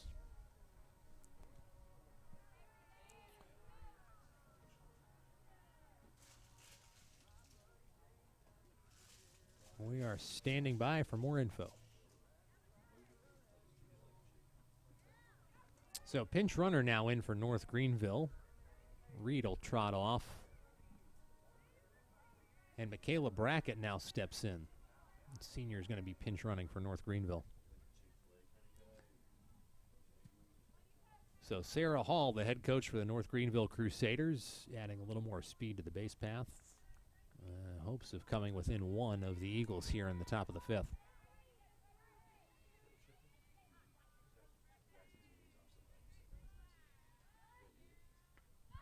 That one's popped out of play. Diving. Oh, she didn't quite get it. Warder laid out for it, lost her helmet, but that ball had a ton of backspin on it and rolled right out of her glove. Bang, bang play. She's grinning about it. Knew she had a chance, but a Herculean effort there didn't pay off. It's all right, though. A for effort. That was a tough play to try to make. So Black lives to fight for another at bat. And she fouls that one off the shoe tops of Werder. So 2 pitches in back-to-back there for Werder have been a little tough.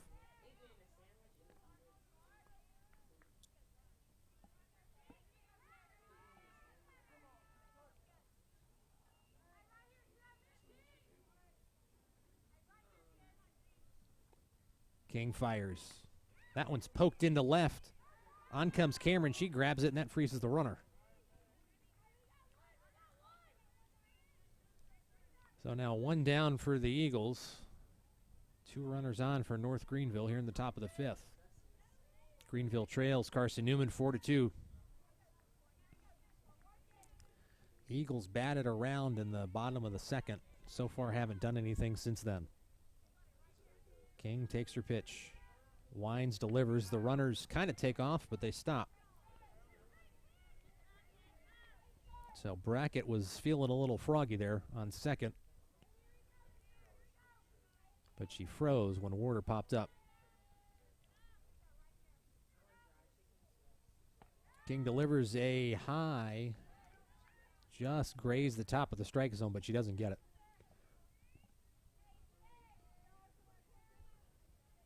Home plate umpire Bobby Troutman driving a hard bargain this afternoon.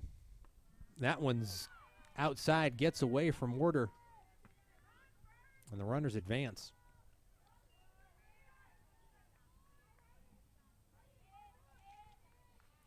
So King tried to get Hughes there to lunge for one, but it was just outside of Werder's reach.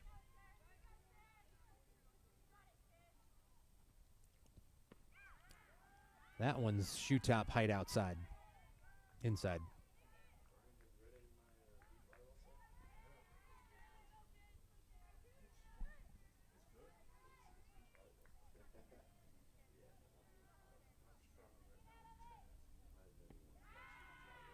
And that one's low for ball 4.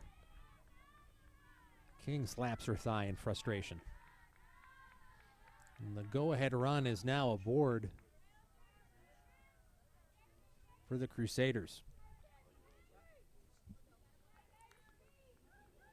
16 Toon now at the plate.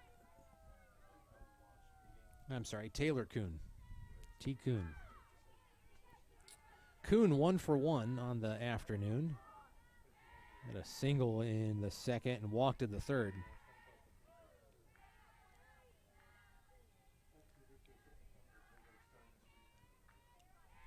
Bases loaded, 1 out. That one's gonna drop. 1 run will score. Kuhn reaches safely. Brackett dances across the plate. And the Crusaders pull within 1. That ball dropped right in front of Natalie Corbin. There wasn't much she could do about that. Safe play. Let it bounce in front of her, let 1 run score, and keep the runners from advancing. You dive for it, you miss, that ball rolls all the way to the wall, and everybody's coming home. North Greenville making another change.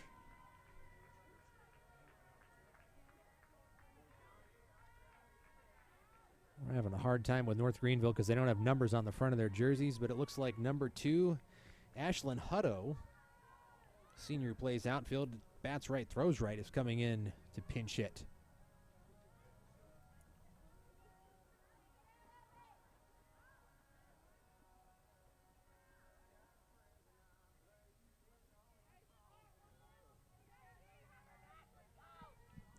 Hutto pinch hitting for number 13, Savannah Chambers.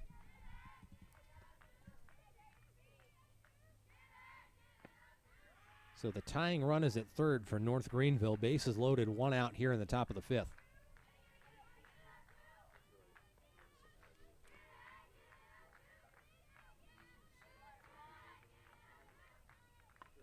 That one's poked into shallow center. Corbin fields it on the hop. She gets the ball in, but that scores another run. So the substitution there pays off for North Greenville as Hutto drives in a run on the single. And we've now got a tied ball game here in the top of the fifth. So North Greenville was off to a fast start. And by fast, I mean they scored a run in the first inning. Carson-Newman answered with 4 in the second. Greenville picked up another to cut the deficit in half in the third, and now they've scored 2 here in the top of the fifth, and the bases are loaded. Carson-Newman now makes a change. One of the remaining pitchers on the roster, number 52, Morgan Baker Sellis, is now in the circle. Baker Sellis, the senior.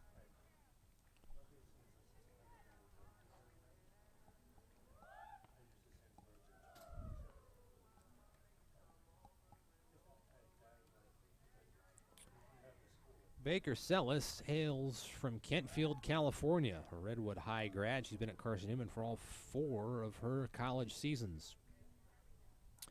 Throws right, hits right, also plays first base.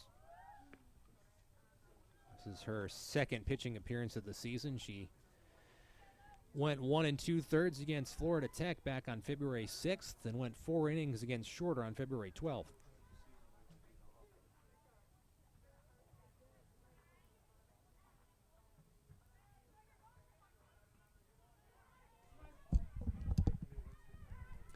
We've taken a brief time out here to sort out some roster changes. North Greenville making another at-the-plate substitution.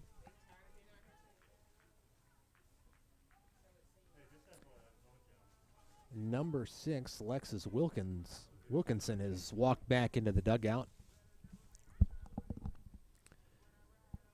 She has been replaced by... We are waiting.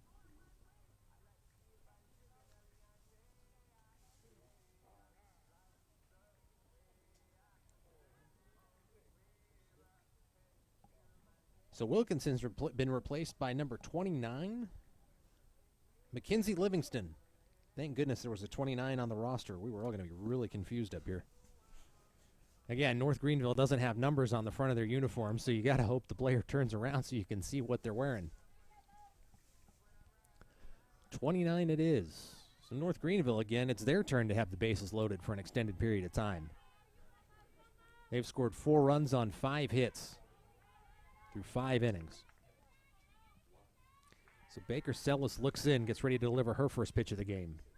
Off-speed curveball, catches the edge for strike 1. That was a nasty pitch. Sarah King did yeoman's work this afternoon. She got the win in the first game going 7 innings, came in relief here. And through 2 1/3 strong innings for Carson-Newman. But King, the senior, was getting on up there in pitch count. She'd thrown at least 160 this afternoon. Baker Sells.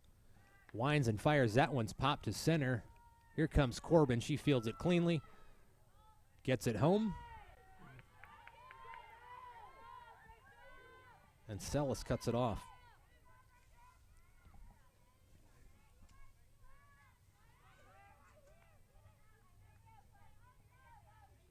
So Gilmore now up at the plate for North Greenville. Bases still loaded, 2 outs.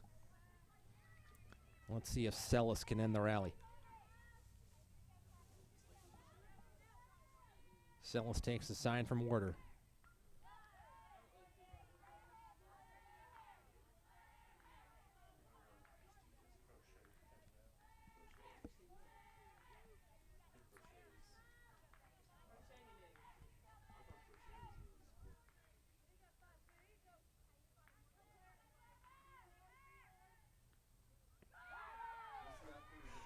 Baker Sellis delivers the strike as the press box staff here discusses the differences between croquet and crochet. Glad we sorted that out between pitches. We have been on the air for a while this afternoon. No one's really had much to eat, and we're getting a little punchy, but that's okay. Baker Sells, pitch goes high, run's going to score. As Hughes dives in And North Greenville takes a 5-4 lead on the wild pitch.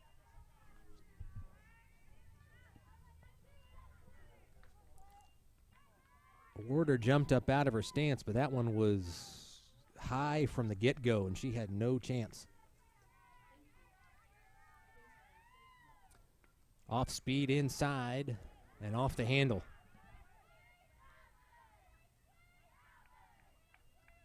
Runners on second and third for North Greenville. 1 ball, 2 strike, 2 out. North Greenville up 5-4 on 5 hits. So Gilmore squares, sells kicks and fires. That one's fouled away.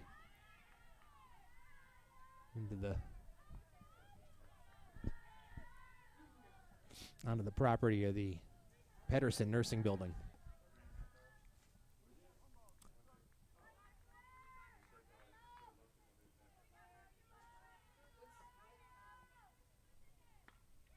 That one's rocketed down the left field line.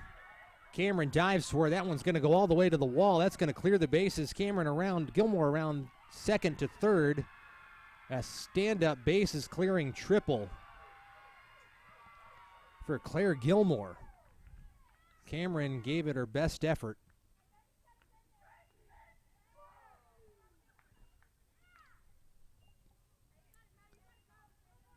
But could not come up with it. And North Greenville now has a commanding lead in the top of the 5th. They are up 7-4. Brianna McRae steps in.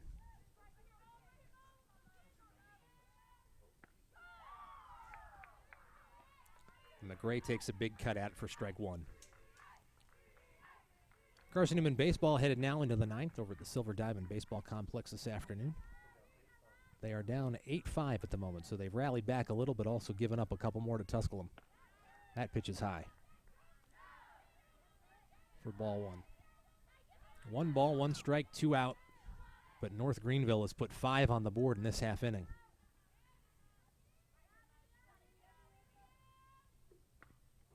Ground ball, left side, foul. That one skipped left right before the third base bag.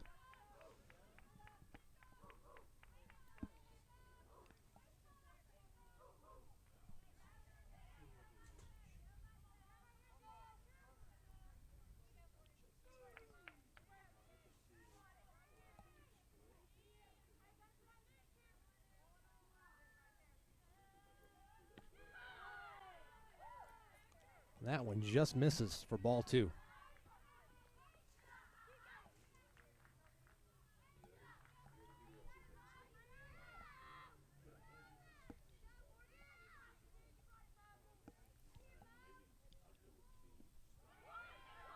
That ball in the dirt. And that's going to be an out. Heads up play by Warder behind the plate. She flips it to Hughes. The swinging tipped strike combo. And either Sarah Hall, the head coach for North Greenville, would like to have a word about that particular ruling, or nope, here comes the lineup card. So more changes on the way for North Greenville here in the bottom of the 5th. So Carson-Newman gets out of that one without any more damage, but they gave up 5. North Greenville mounts a massive comeback in that half inning to take a 7-4 lead here at the Vic. I'm Kyle Benjamin. You're listening to the Eagles Sports Network. We'll be right back.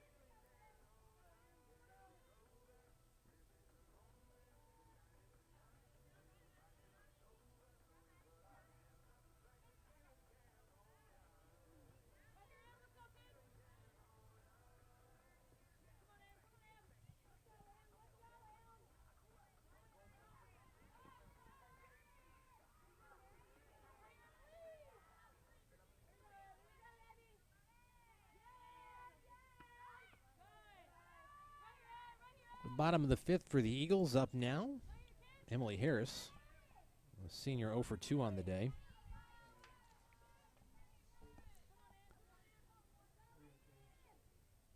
But Harris, part of the strong Eagle lineup, she looks for 2, thinks better of it.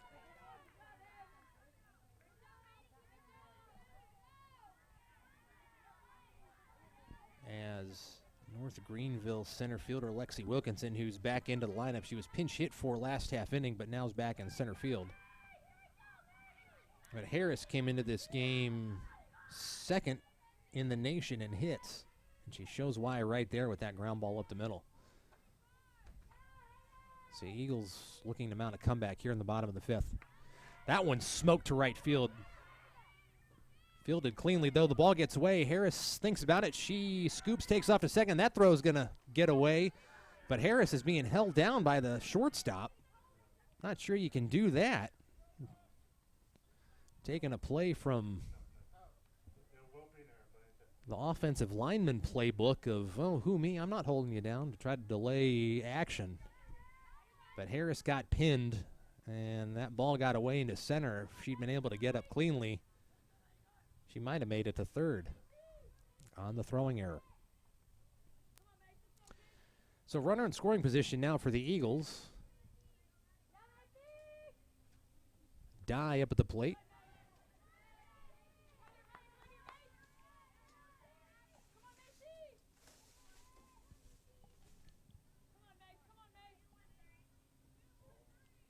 Sorry, Dye is not at the plate. Dye hit the fly ball to right. Macy Hughes in the batter's box for the Eagles. Hughes 0 for 1 this afternoon. She walked in the second, flied out to center field in the third. Harris aggressive on the base pass. She's got 14 stolen bases on the season, only thrown out twice. She scored 26 times. It is a 3-0 count. And the Eagles looking to grab back some of the runs they gave up last half inning to North Greenville. Maddie Gore checks her wristband. She delivers for ball 4. So Carson-Newman's got 2 on, 1 out in the bottom of the fifth. Eagles took the first game of this doubleheader 3-2 walk-off fashion.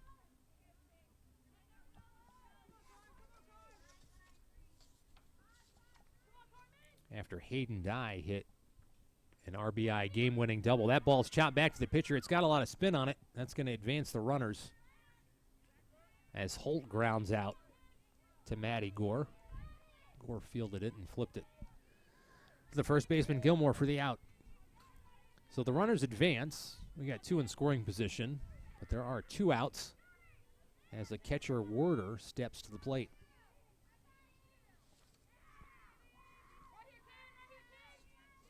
A home run could tie the game.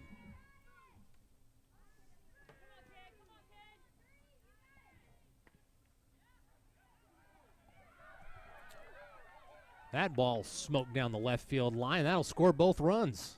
So Werder comes up clutch and ties the game.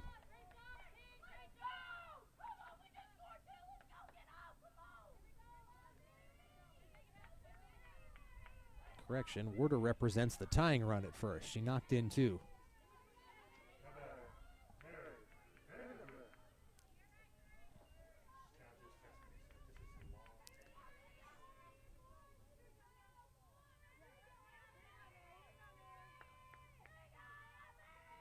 Vandergrift drew a walk and an RBI in the second.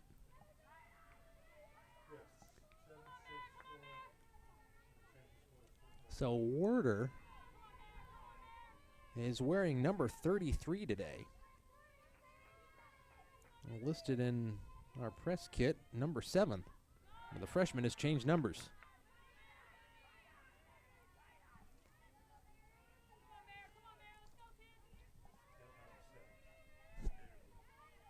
Apparently, Carson-Newman does not have a number 7 in the baby blue unis.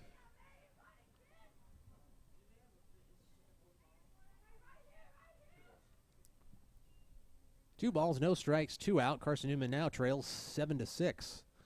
after Werder's bases clearing single that drove in 2 runs.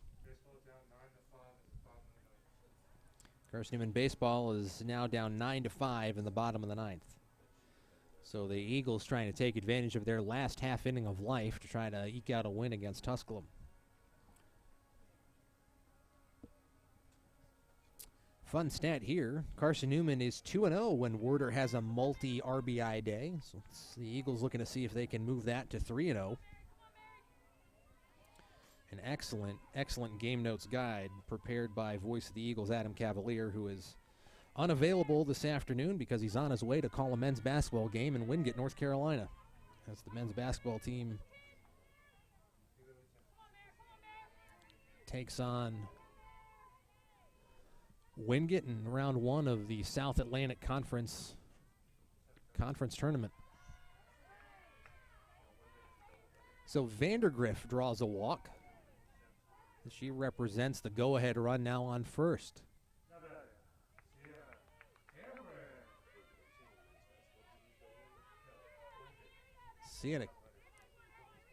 Santa Cameron up tonight at the plate.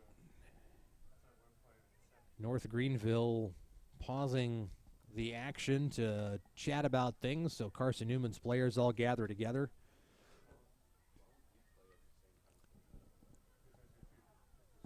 With Coach Graves and Coach Topple. Coming up after this one, we'll have a breather after 2 really exciting softball games here.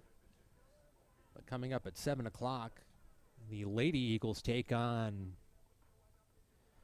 UVA Wise here at Holt Fieldhouse in round 1 of the SAC Conference Tournament. The football team practicing for the 3rd day of their spring practice. If memory serves, and it was a long time ago that I suited up for the Eagles and Coach Ken Sparks, it's about time for them to put on pads. But in the meantime, the women's soccer team is also working on some things this spring. The men's soccer team wrapped up their practice. It's a busy afternoon here at Carson-Newman. Cameron takes that one high and inside.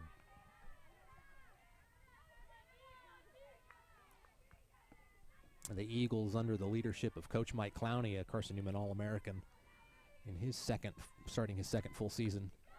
Cameron smacks that one to center. It was just a long out. Alexis Wilkinson fields it cleanly and ends the Eagle threat, but not before they grab 2 to pull within 1 heading into the top of the 6th. North Greenville University carries a 1-run lead as this one winds down this afternoon. Baker Sellis back into the circle for the Eagles.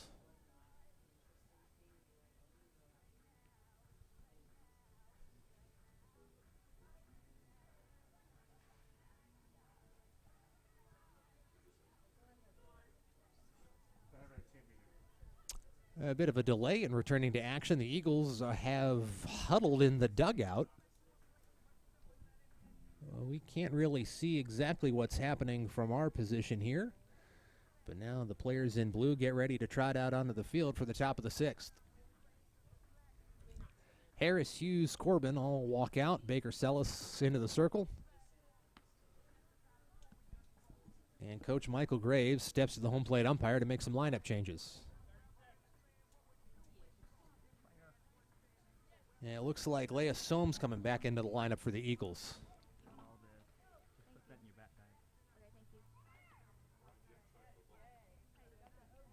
So Selmnow back at short.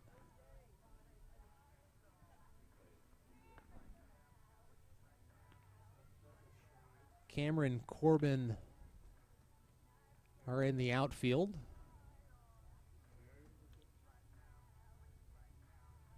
Dyes at third.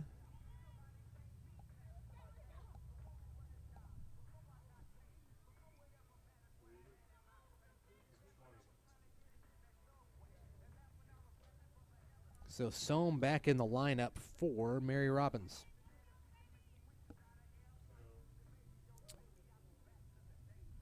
That means Vandergriff is still in left field or right field.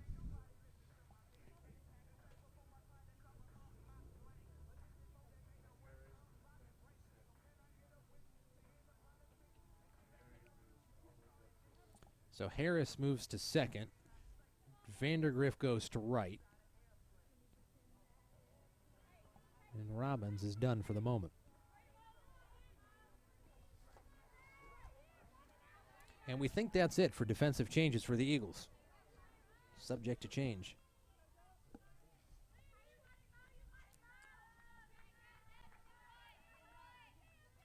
Reed now in the batter's box for North Greenville. Pitch is high and away for ball one. Reed, a senior, 1 for 1 on the day. She's walked twice and had a single in the 5th. She was also left stranded. North Greenville had a very productive 5th inning. They put 5 on the board to take a 7-4 lead. The Eagles grabbed 2 in the bottom of the 5th.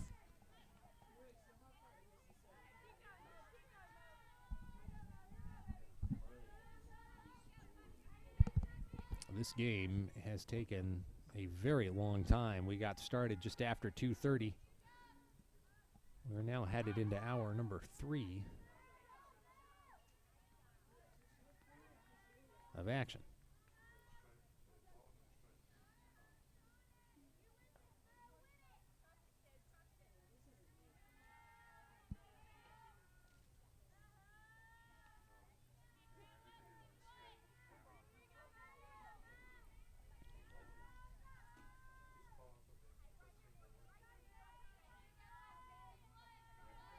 Baker Sellis deals. The pitch is fouled off. 1 ball, 2 strikes, no outs. Top of the 6th. North Greenville's got Maddie Gore up in the bullpen.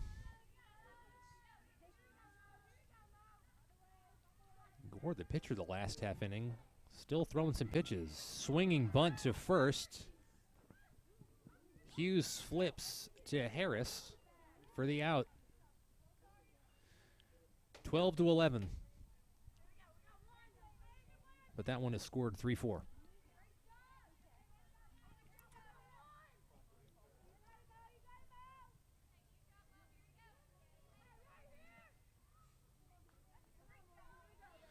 And now up for North Greenville, number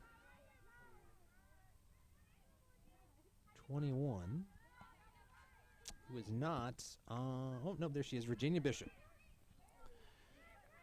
Pops that one into shallow center field, and so she'll reach as 3 Eagles attempt to make the play. Sohm back in the lineup at short. Valiant effort to get there, but that ball dropped right in between 3 of them.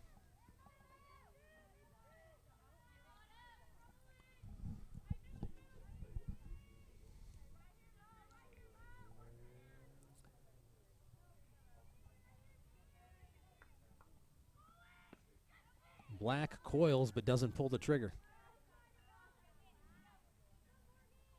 Tying another run potentially on at first for North Greenville. That'd give them 8. Baker Sells, winds and fires. She has an interesting delivery. Most pitchers we've seen so far are perpendicular to the plate, but when Baker Sells delivers, she twists her body sideways to put some extra spin on the ball.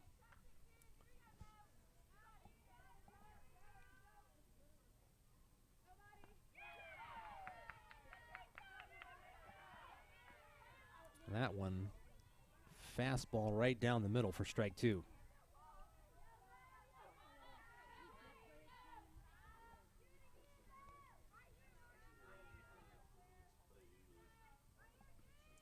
Shadows creeping here at the Vic. That's swinging strike 3, so Black goes down swinging.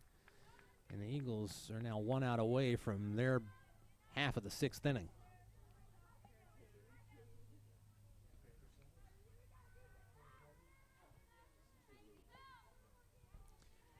Morgan Baker Sellis, the pitcher, looks in. Hughes, a senior, at the plate. That one's just grazes the inside corner for strike one. So Baker Sellis appears to have found her groove for these last handful of pitches. Greenville trying to get a rally going. Their dugout showing signs of life. That one's popped to right field. Vandergriff coming on. Diving grab to end the inning.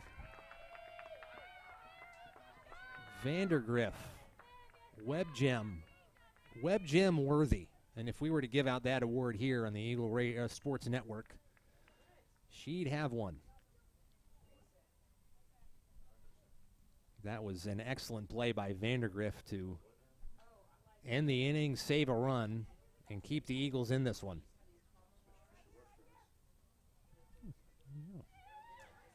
Vandergriff, a student employee of the Eagle Sports Network, I've just found out.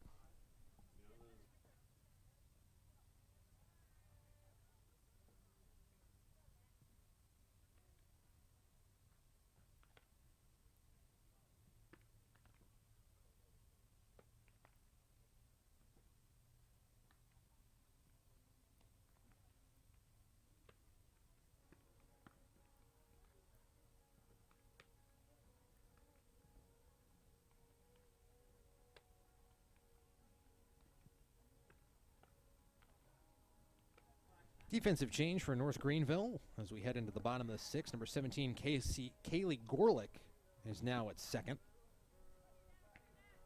And Josie Reed has returned to the lineup.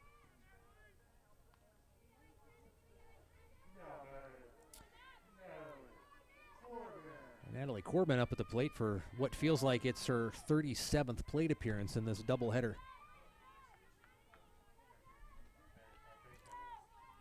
This afternoon. This is actually Corbin's fourth plate appearance. She went 3 for 4 in the first game.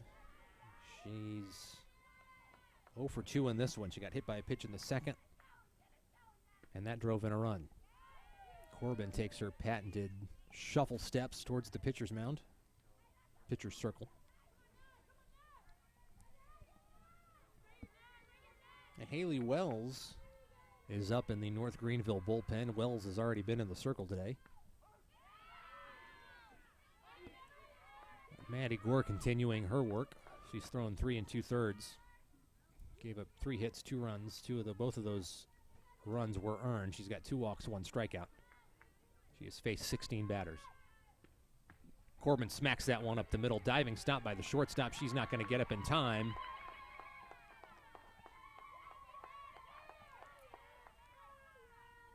So Josie Reed returns to the lineup and stops that one from being extra bases for Corbin. Leah Selmnow, the nation's leading hitter heading into this afternoon, is now up at the plate. Selmnow came into the day with 38 hits. And her bat has been a little quiet this afternoon. Corbin takes off. She's going to be safe. She is going to get up after that ball skips off her feet. It's going all the way to the wall. She rounds third. Corbin, the tying run, is going to cross the plate standing up. So the throw was low. It hit Corbin in the foot and went all the way to the wall. Heads up base running by Natalie Corbin. And we've got ourselves a ball game here, ladies and gentlemen. Exciting times. So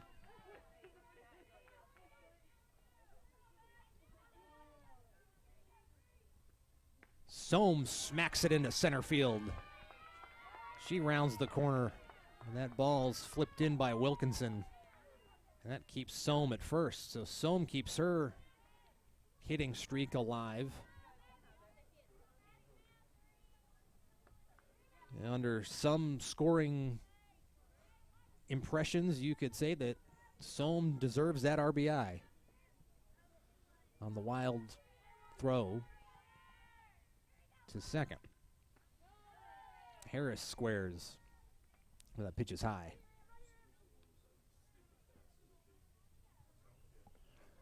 Selmnow has 18 stolen bases on the season. She's only been caught once. She scored 33 runs, and at the moment, the second baseman is standing in her way. The second baseman, Wiley, backs up. Selmnow takes off. That ball's popped shallow left field. It's going to fall and bounce out of play, so Selmnow's around third. should have been around third, but that ball bounced right back to the waiting hands of North Greenville's left fielder, Gracie Black.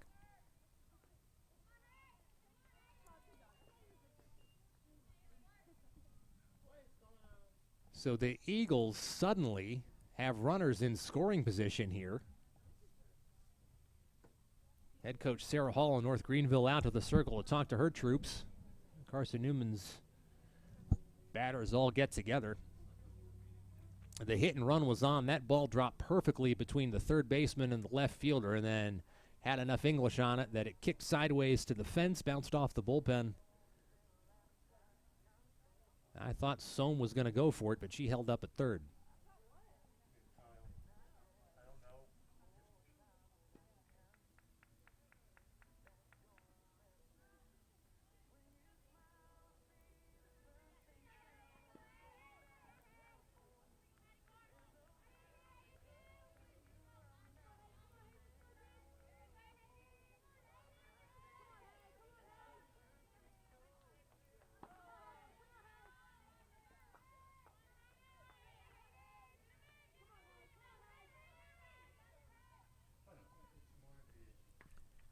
Whoa, Sohm's got to duck out of the way as that one comes screaming towards her.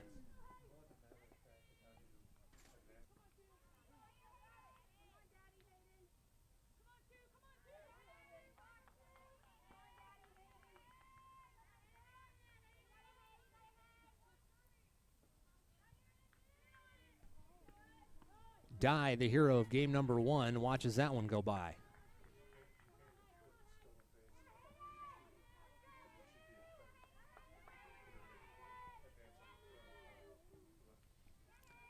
Harris is standing on second, Sohm standing on third, Dye is standing at the plate, waiting the pitch.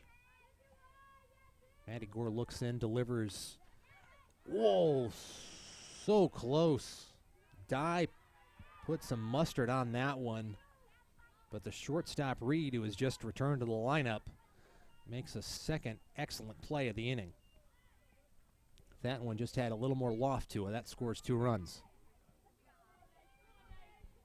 So Hughes now steps to the plate. She's walked twice and flown out to center.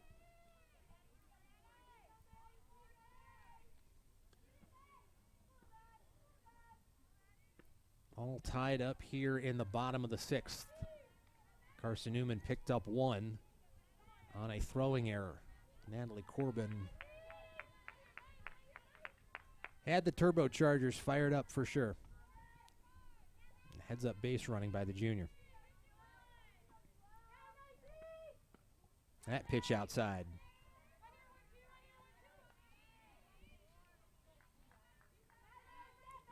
Macy Hughes playing first base this afternoon for the Eagles. Comes into this afternoon slate of games hitting .358. Her batting average dropped a 1/100th of a percentage point between the start of game number 1 and this at bat. She has scored 2 runs today on 2 walks and 1 at bat. That's walk number 3 for Macy Hughes this afternoon, so the Eagles have the bases loaded. For number 6, Carmen Holt. Holt, a junior from Lawrenceburg, Kentucky. Carson-Newman is 4-0 when Carmen has a multi-hit game. And she's going to knock in a run with the single to left. So Carmen's now 2 for 3 on the day. She walked in the second, singled in the third, grounded out to first in the fifth, and then singled to left just now. And Carson-Newman takes an 8-7 lead in the bottom of the 6th. Kennedy Warder, the catcher, looking to keep the rally going for the Eagles as she steps into the box. The freshman 1 for 2 on the day, hitting .255 on the season. Flied out to left in the third and hit a 2-run single in the 5th. And that pitch is just outside for ball 1. Shadows getting long, sun getting low on the horizon here in Jefferson City. I'm Kyle Benjamin coming to you from the Vicky Kazee Hollyfield Softball Complex at Carson-Newman University. Thanks for being with us this afternoon for a lot of Carson-Newman softball. The Eagles picked up another win this afternoon, knocking off Greenville in game number 1, 3-2. Walk-off double was the difference for that one. And the Eagles improving to 18-4 on the season. That pitch is low and away. The Eagles come for the first time since 2019. They are nationally ranked, 25th in the coaches poll. Macy Hughes, who is currently standing on second, is a South Atlantic Conference Player of the Week.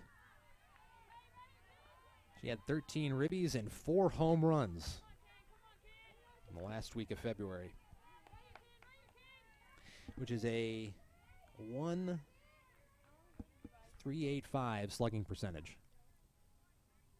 That's some good work from Macy Hughes. That ball is hit into the gap. That's going to fall and score a couple runs. Misplayed by the right fielder. One run is in. The second run is in. That moves Holt to third. And Warder into second with a stand-up double. She shoots the bow and arrow in celebration. Have a day, Kennedy Warder.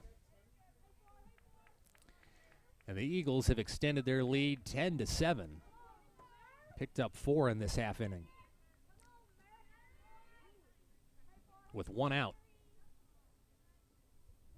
And Vandergriff will step out of the batter's box as North Greenville's pitcher and catcher, that's McRae and Gore, have a bit of a discussion on what to do. Holt standing on third, Warder on second. Vandergriff awaits her at bat. She walked in the second, grounded out to short in the third, and walked in the fifth. Warder has scored 7 runs this season. She's currently standing on second. Holt has scored 9. But the Eagles' offense prolific in the early part of 2020.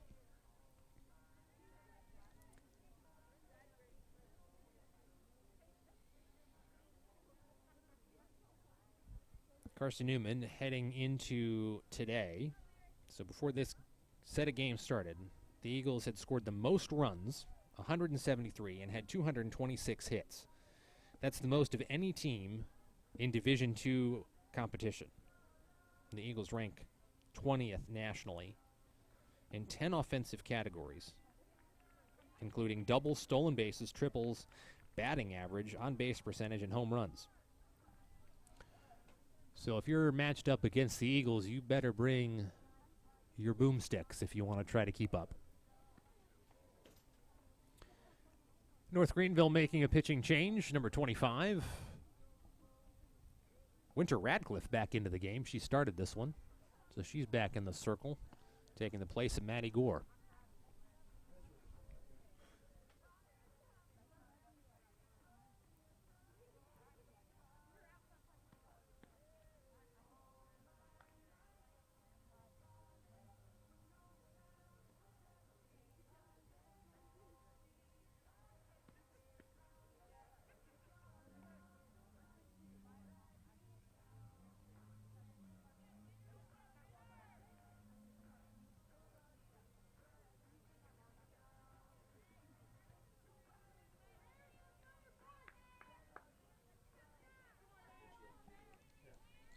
So after that pitching change, North Greenville will reset. The Eagles will reset.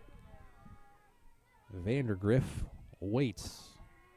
1 out, runners on second and third for the Eagles. That pitch is low and away for ball 1.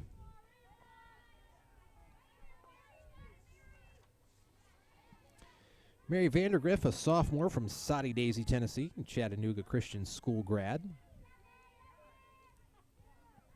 She's hitting 267 on the year. That one is up under her chin.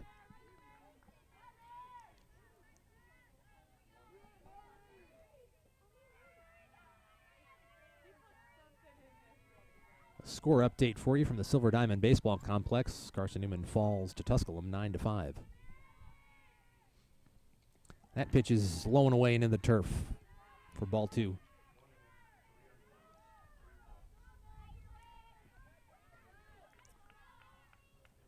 Radcliffe, who started the game for North Greenville, worked 1 inning and gave up 3 earned runs. And Vandergrift draws a walk. So Vandergrift has walked 3 times today and grounded out to short. And the bases are loaded again for the Eagles. North Greenville's coach, Sarah Hall, chatting with the home plate umpire, making another pitching change. Now in the circle for the Crusaders.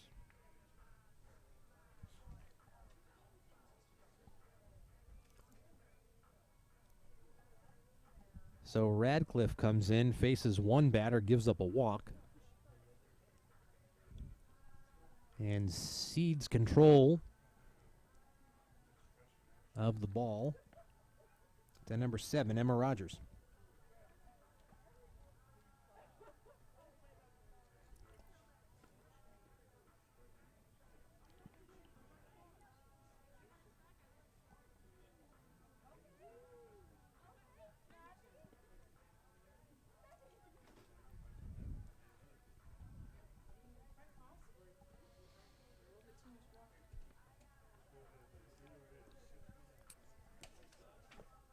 So as Emma Rogers gets her warm-up pitches and Carson-Newman's base runners chat amongst themselves,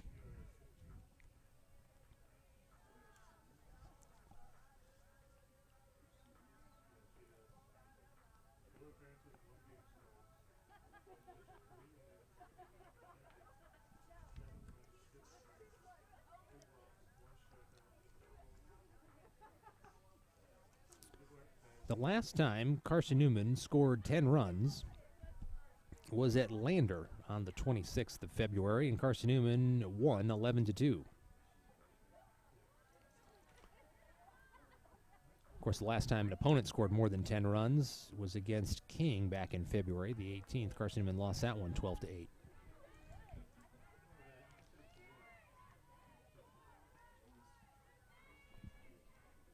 Carson-Newman's got 9 hits so far.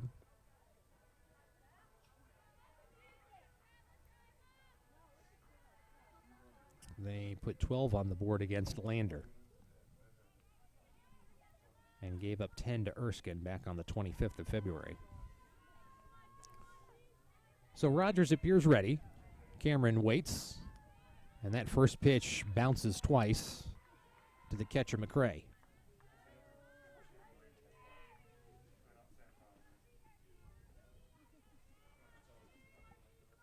Cameron, the sophomore, Friendsville, Tennessee, Alcoa grad. That right foot is back. She steps in, strides, and takes ball 2.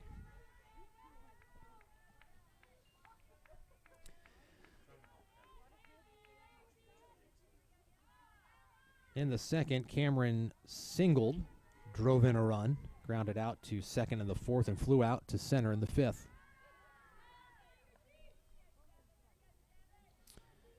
So Vandergrift standing on first for the Eagles, has 1 stolen base on the year. Not like she can go anywhere at the moment, but she scored 11 runs. Werder on second has scored 7, and Holt scored 9. So a strong part of the Eagles' offense currently on the base paths. That one is high for ball 4, so the Eagles will walk in another run and stretch their lead by 4. Bases loaded, 1 out. Eagles up 11-7. Natalie Corbin is up for her 2nd time this half inning. Corbin got the rally started.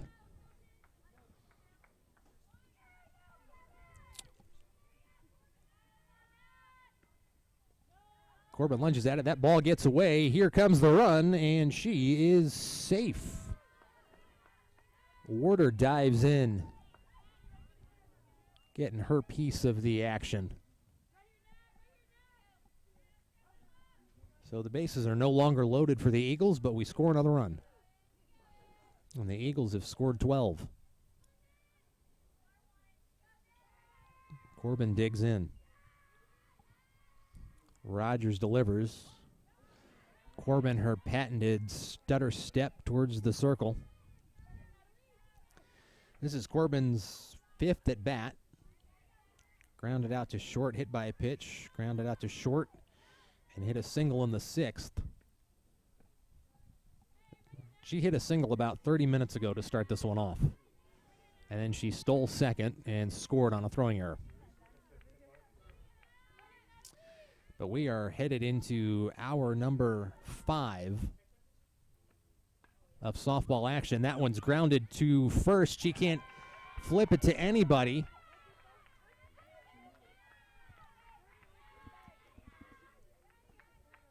Kaylee Gerlich, who was in the game playing second, knocked it down but had nobody to give it to, and Corbin knocks in a run. So that'll be scored a single.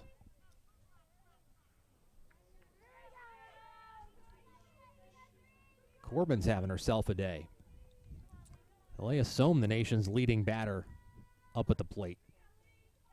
The Eagles now have a 13-7 lead.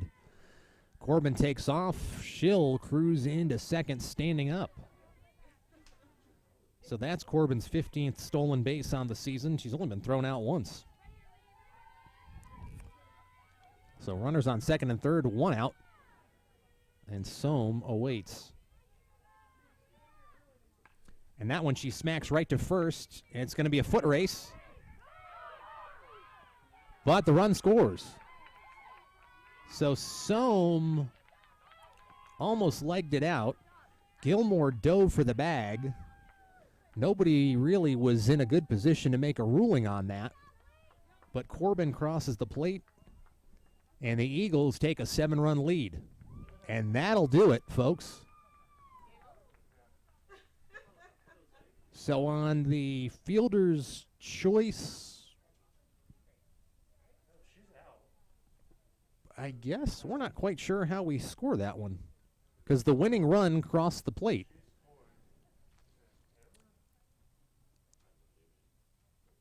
Well, that'll do it here at the Vic this afternoon. The Eagles score 8 in the bottom of the 6th and knock off North Greenville 14-7.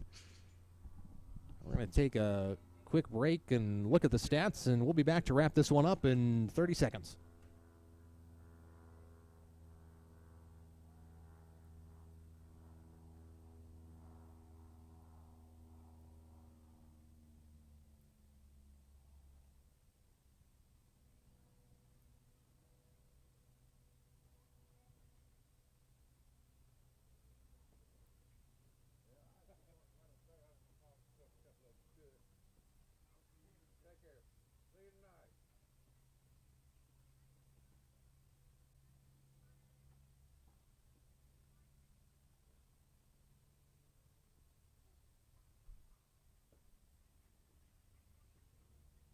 All right, so Sohm will get credit for 2 RBIs there. And Carson-Newman puts up 9 in the 6th inning to take an 8-run lead. And by a rule, that'll end the game. So the Eagles move to 19-4 on the season. They sweep North Greenville this afternoon, who fall to 4-16.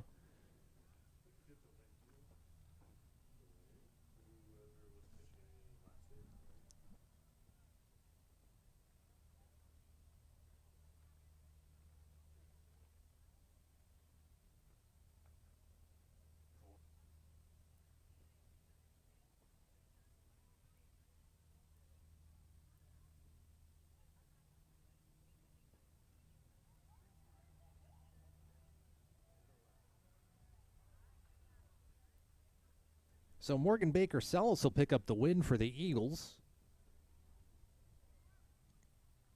That's her 2nd win on the year. She was helped out by Sarah King and Sierra Rogers. It was a team effort here by the Eagles this afternoon as their offense continues to put up big, big numbers. The Lady Eagles lead the nation in a couple categories. Most runs scored in Division II, and they have added to that total today.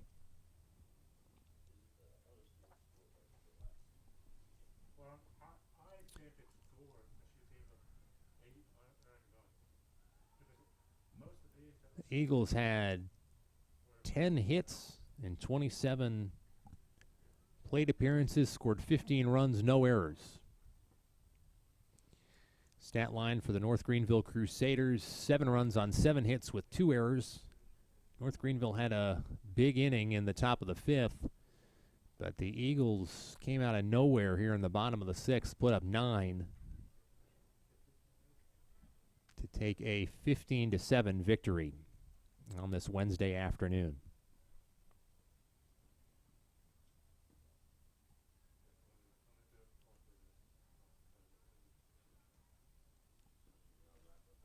Corbin got the Eagles started in the 9th, sorry, not the 9th, the 6th, with a single and a stolen base, and then scored on a throwing error, and that opened the floodgates for the Eagles to put up 9.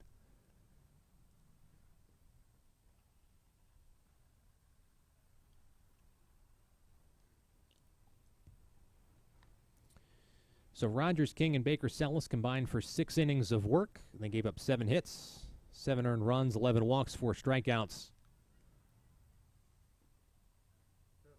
34 batters faced between the 3 of them. And that was a wild play to end the game.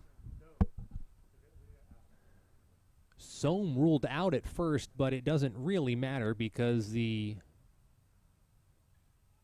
7th and 8th runs came across the plate, and that 8-run difference is what did it for the Eagles this afternoon. So after the first game starts at noon and the second game starts a little after 2:30, Carson-Newman improves to 19-4 on the season. I'm sorry, 19-3.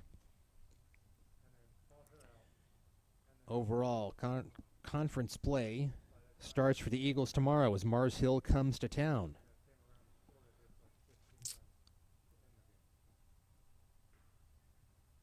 If you want to stick around for another hour and 50 minutes, the Lady Eagles will take on UVA Wise here at Holt Fieldhouse in round 1 of South Atlantic Conference action. But that'll do it for us here at Vicky Kazee Hollyfield Softball Complex. The Lady Eagles, Carson-Newman Eagles softball team grabs 2 wins against North Greenville.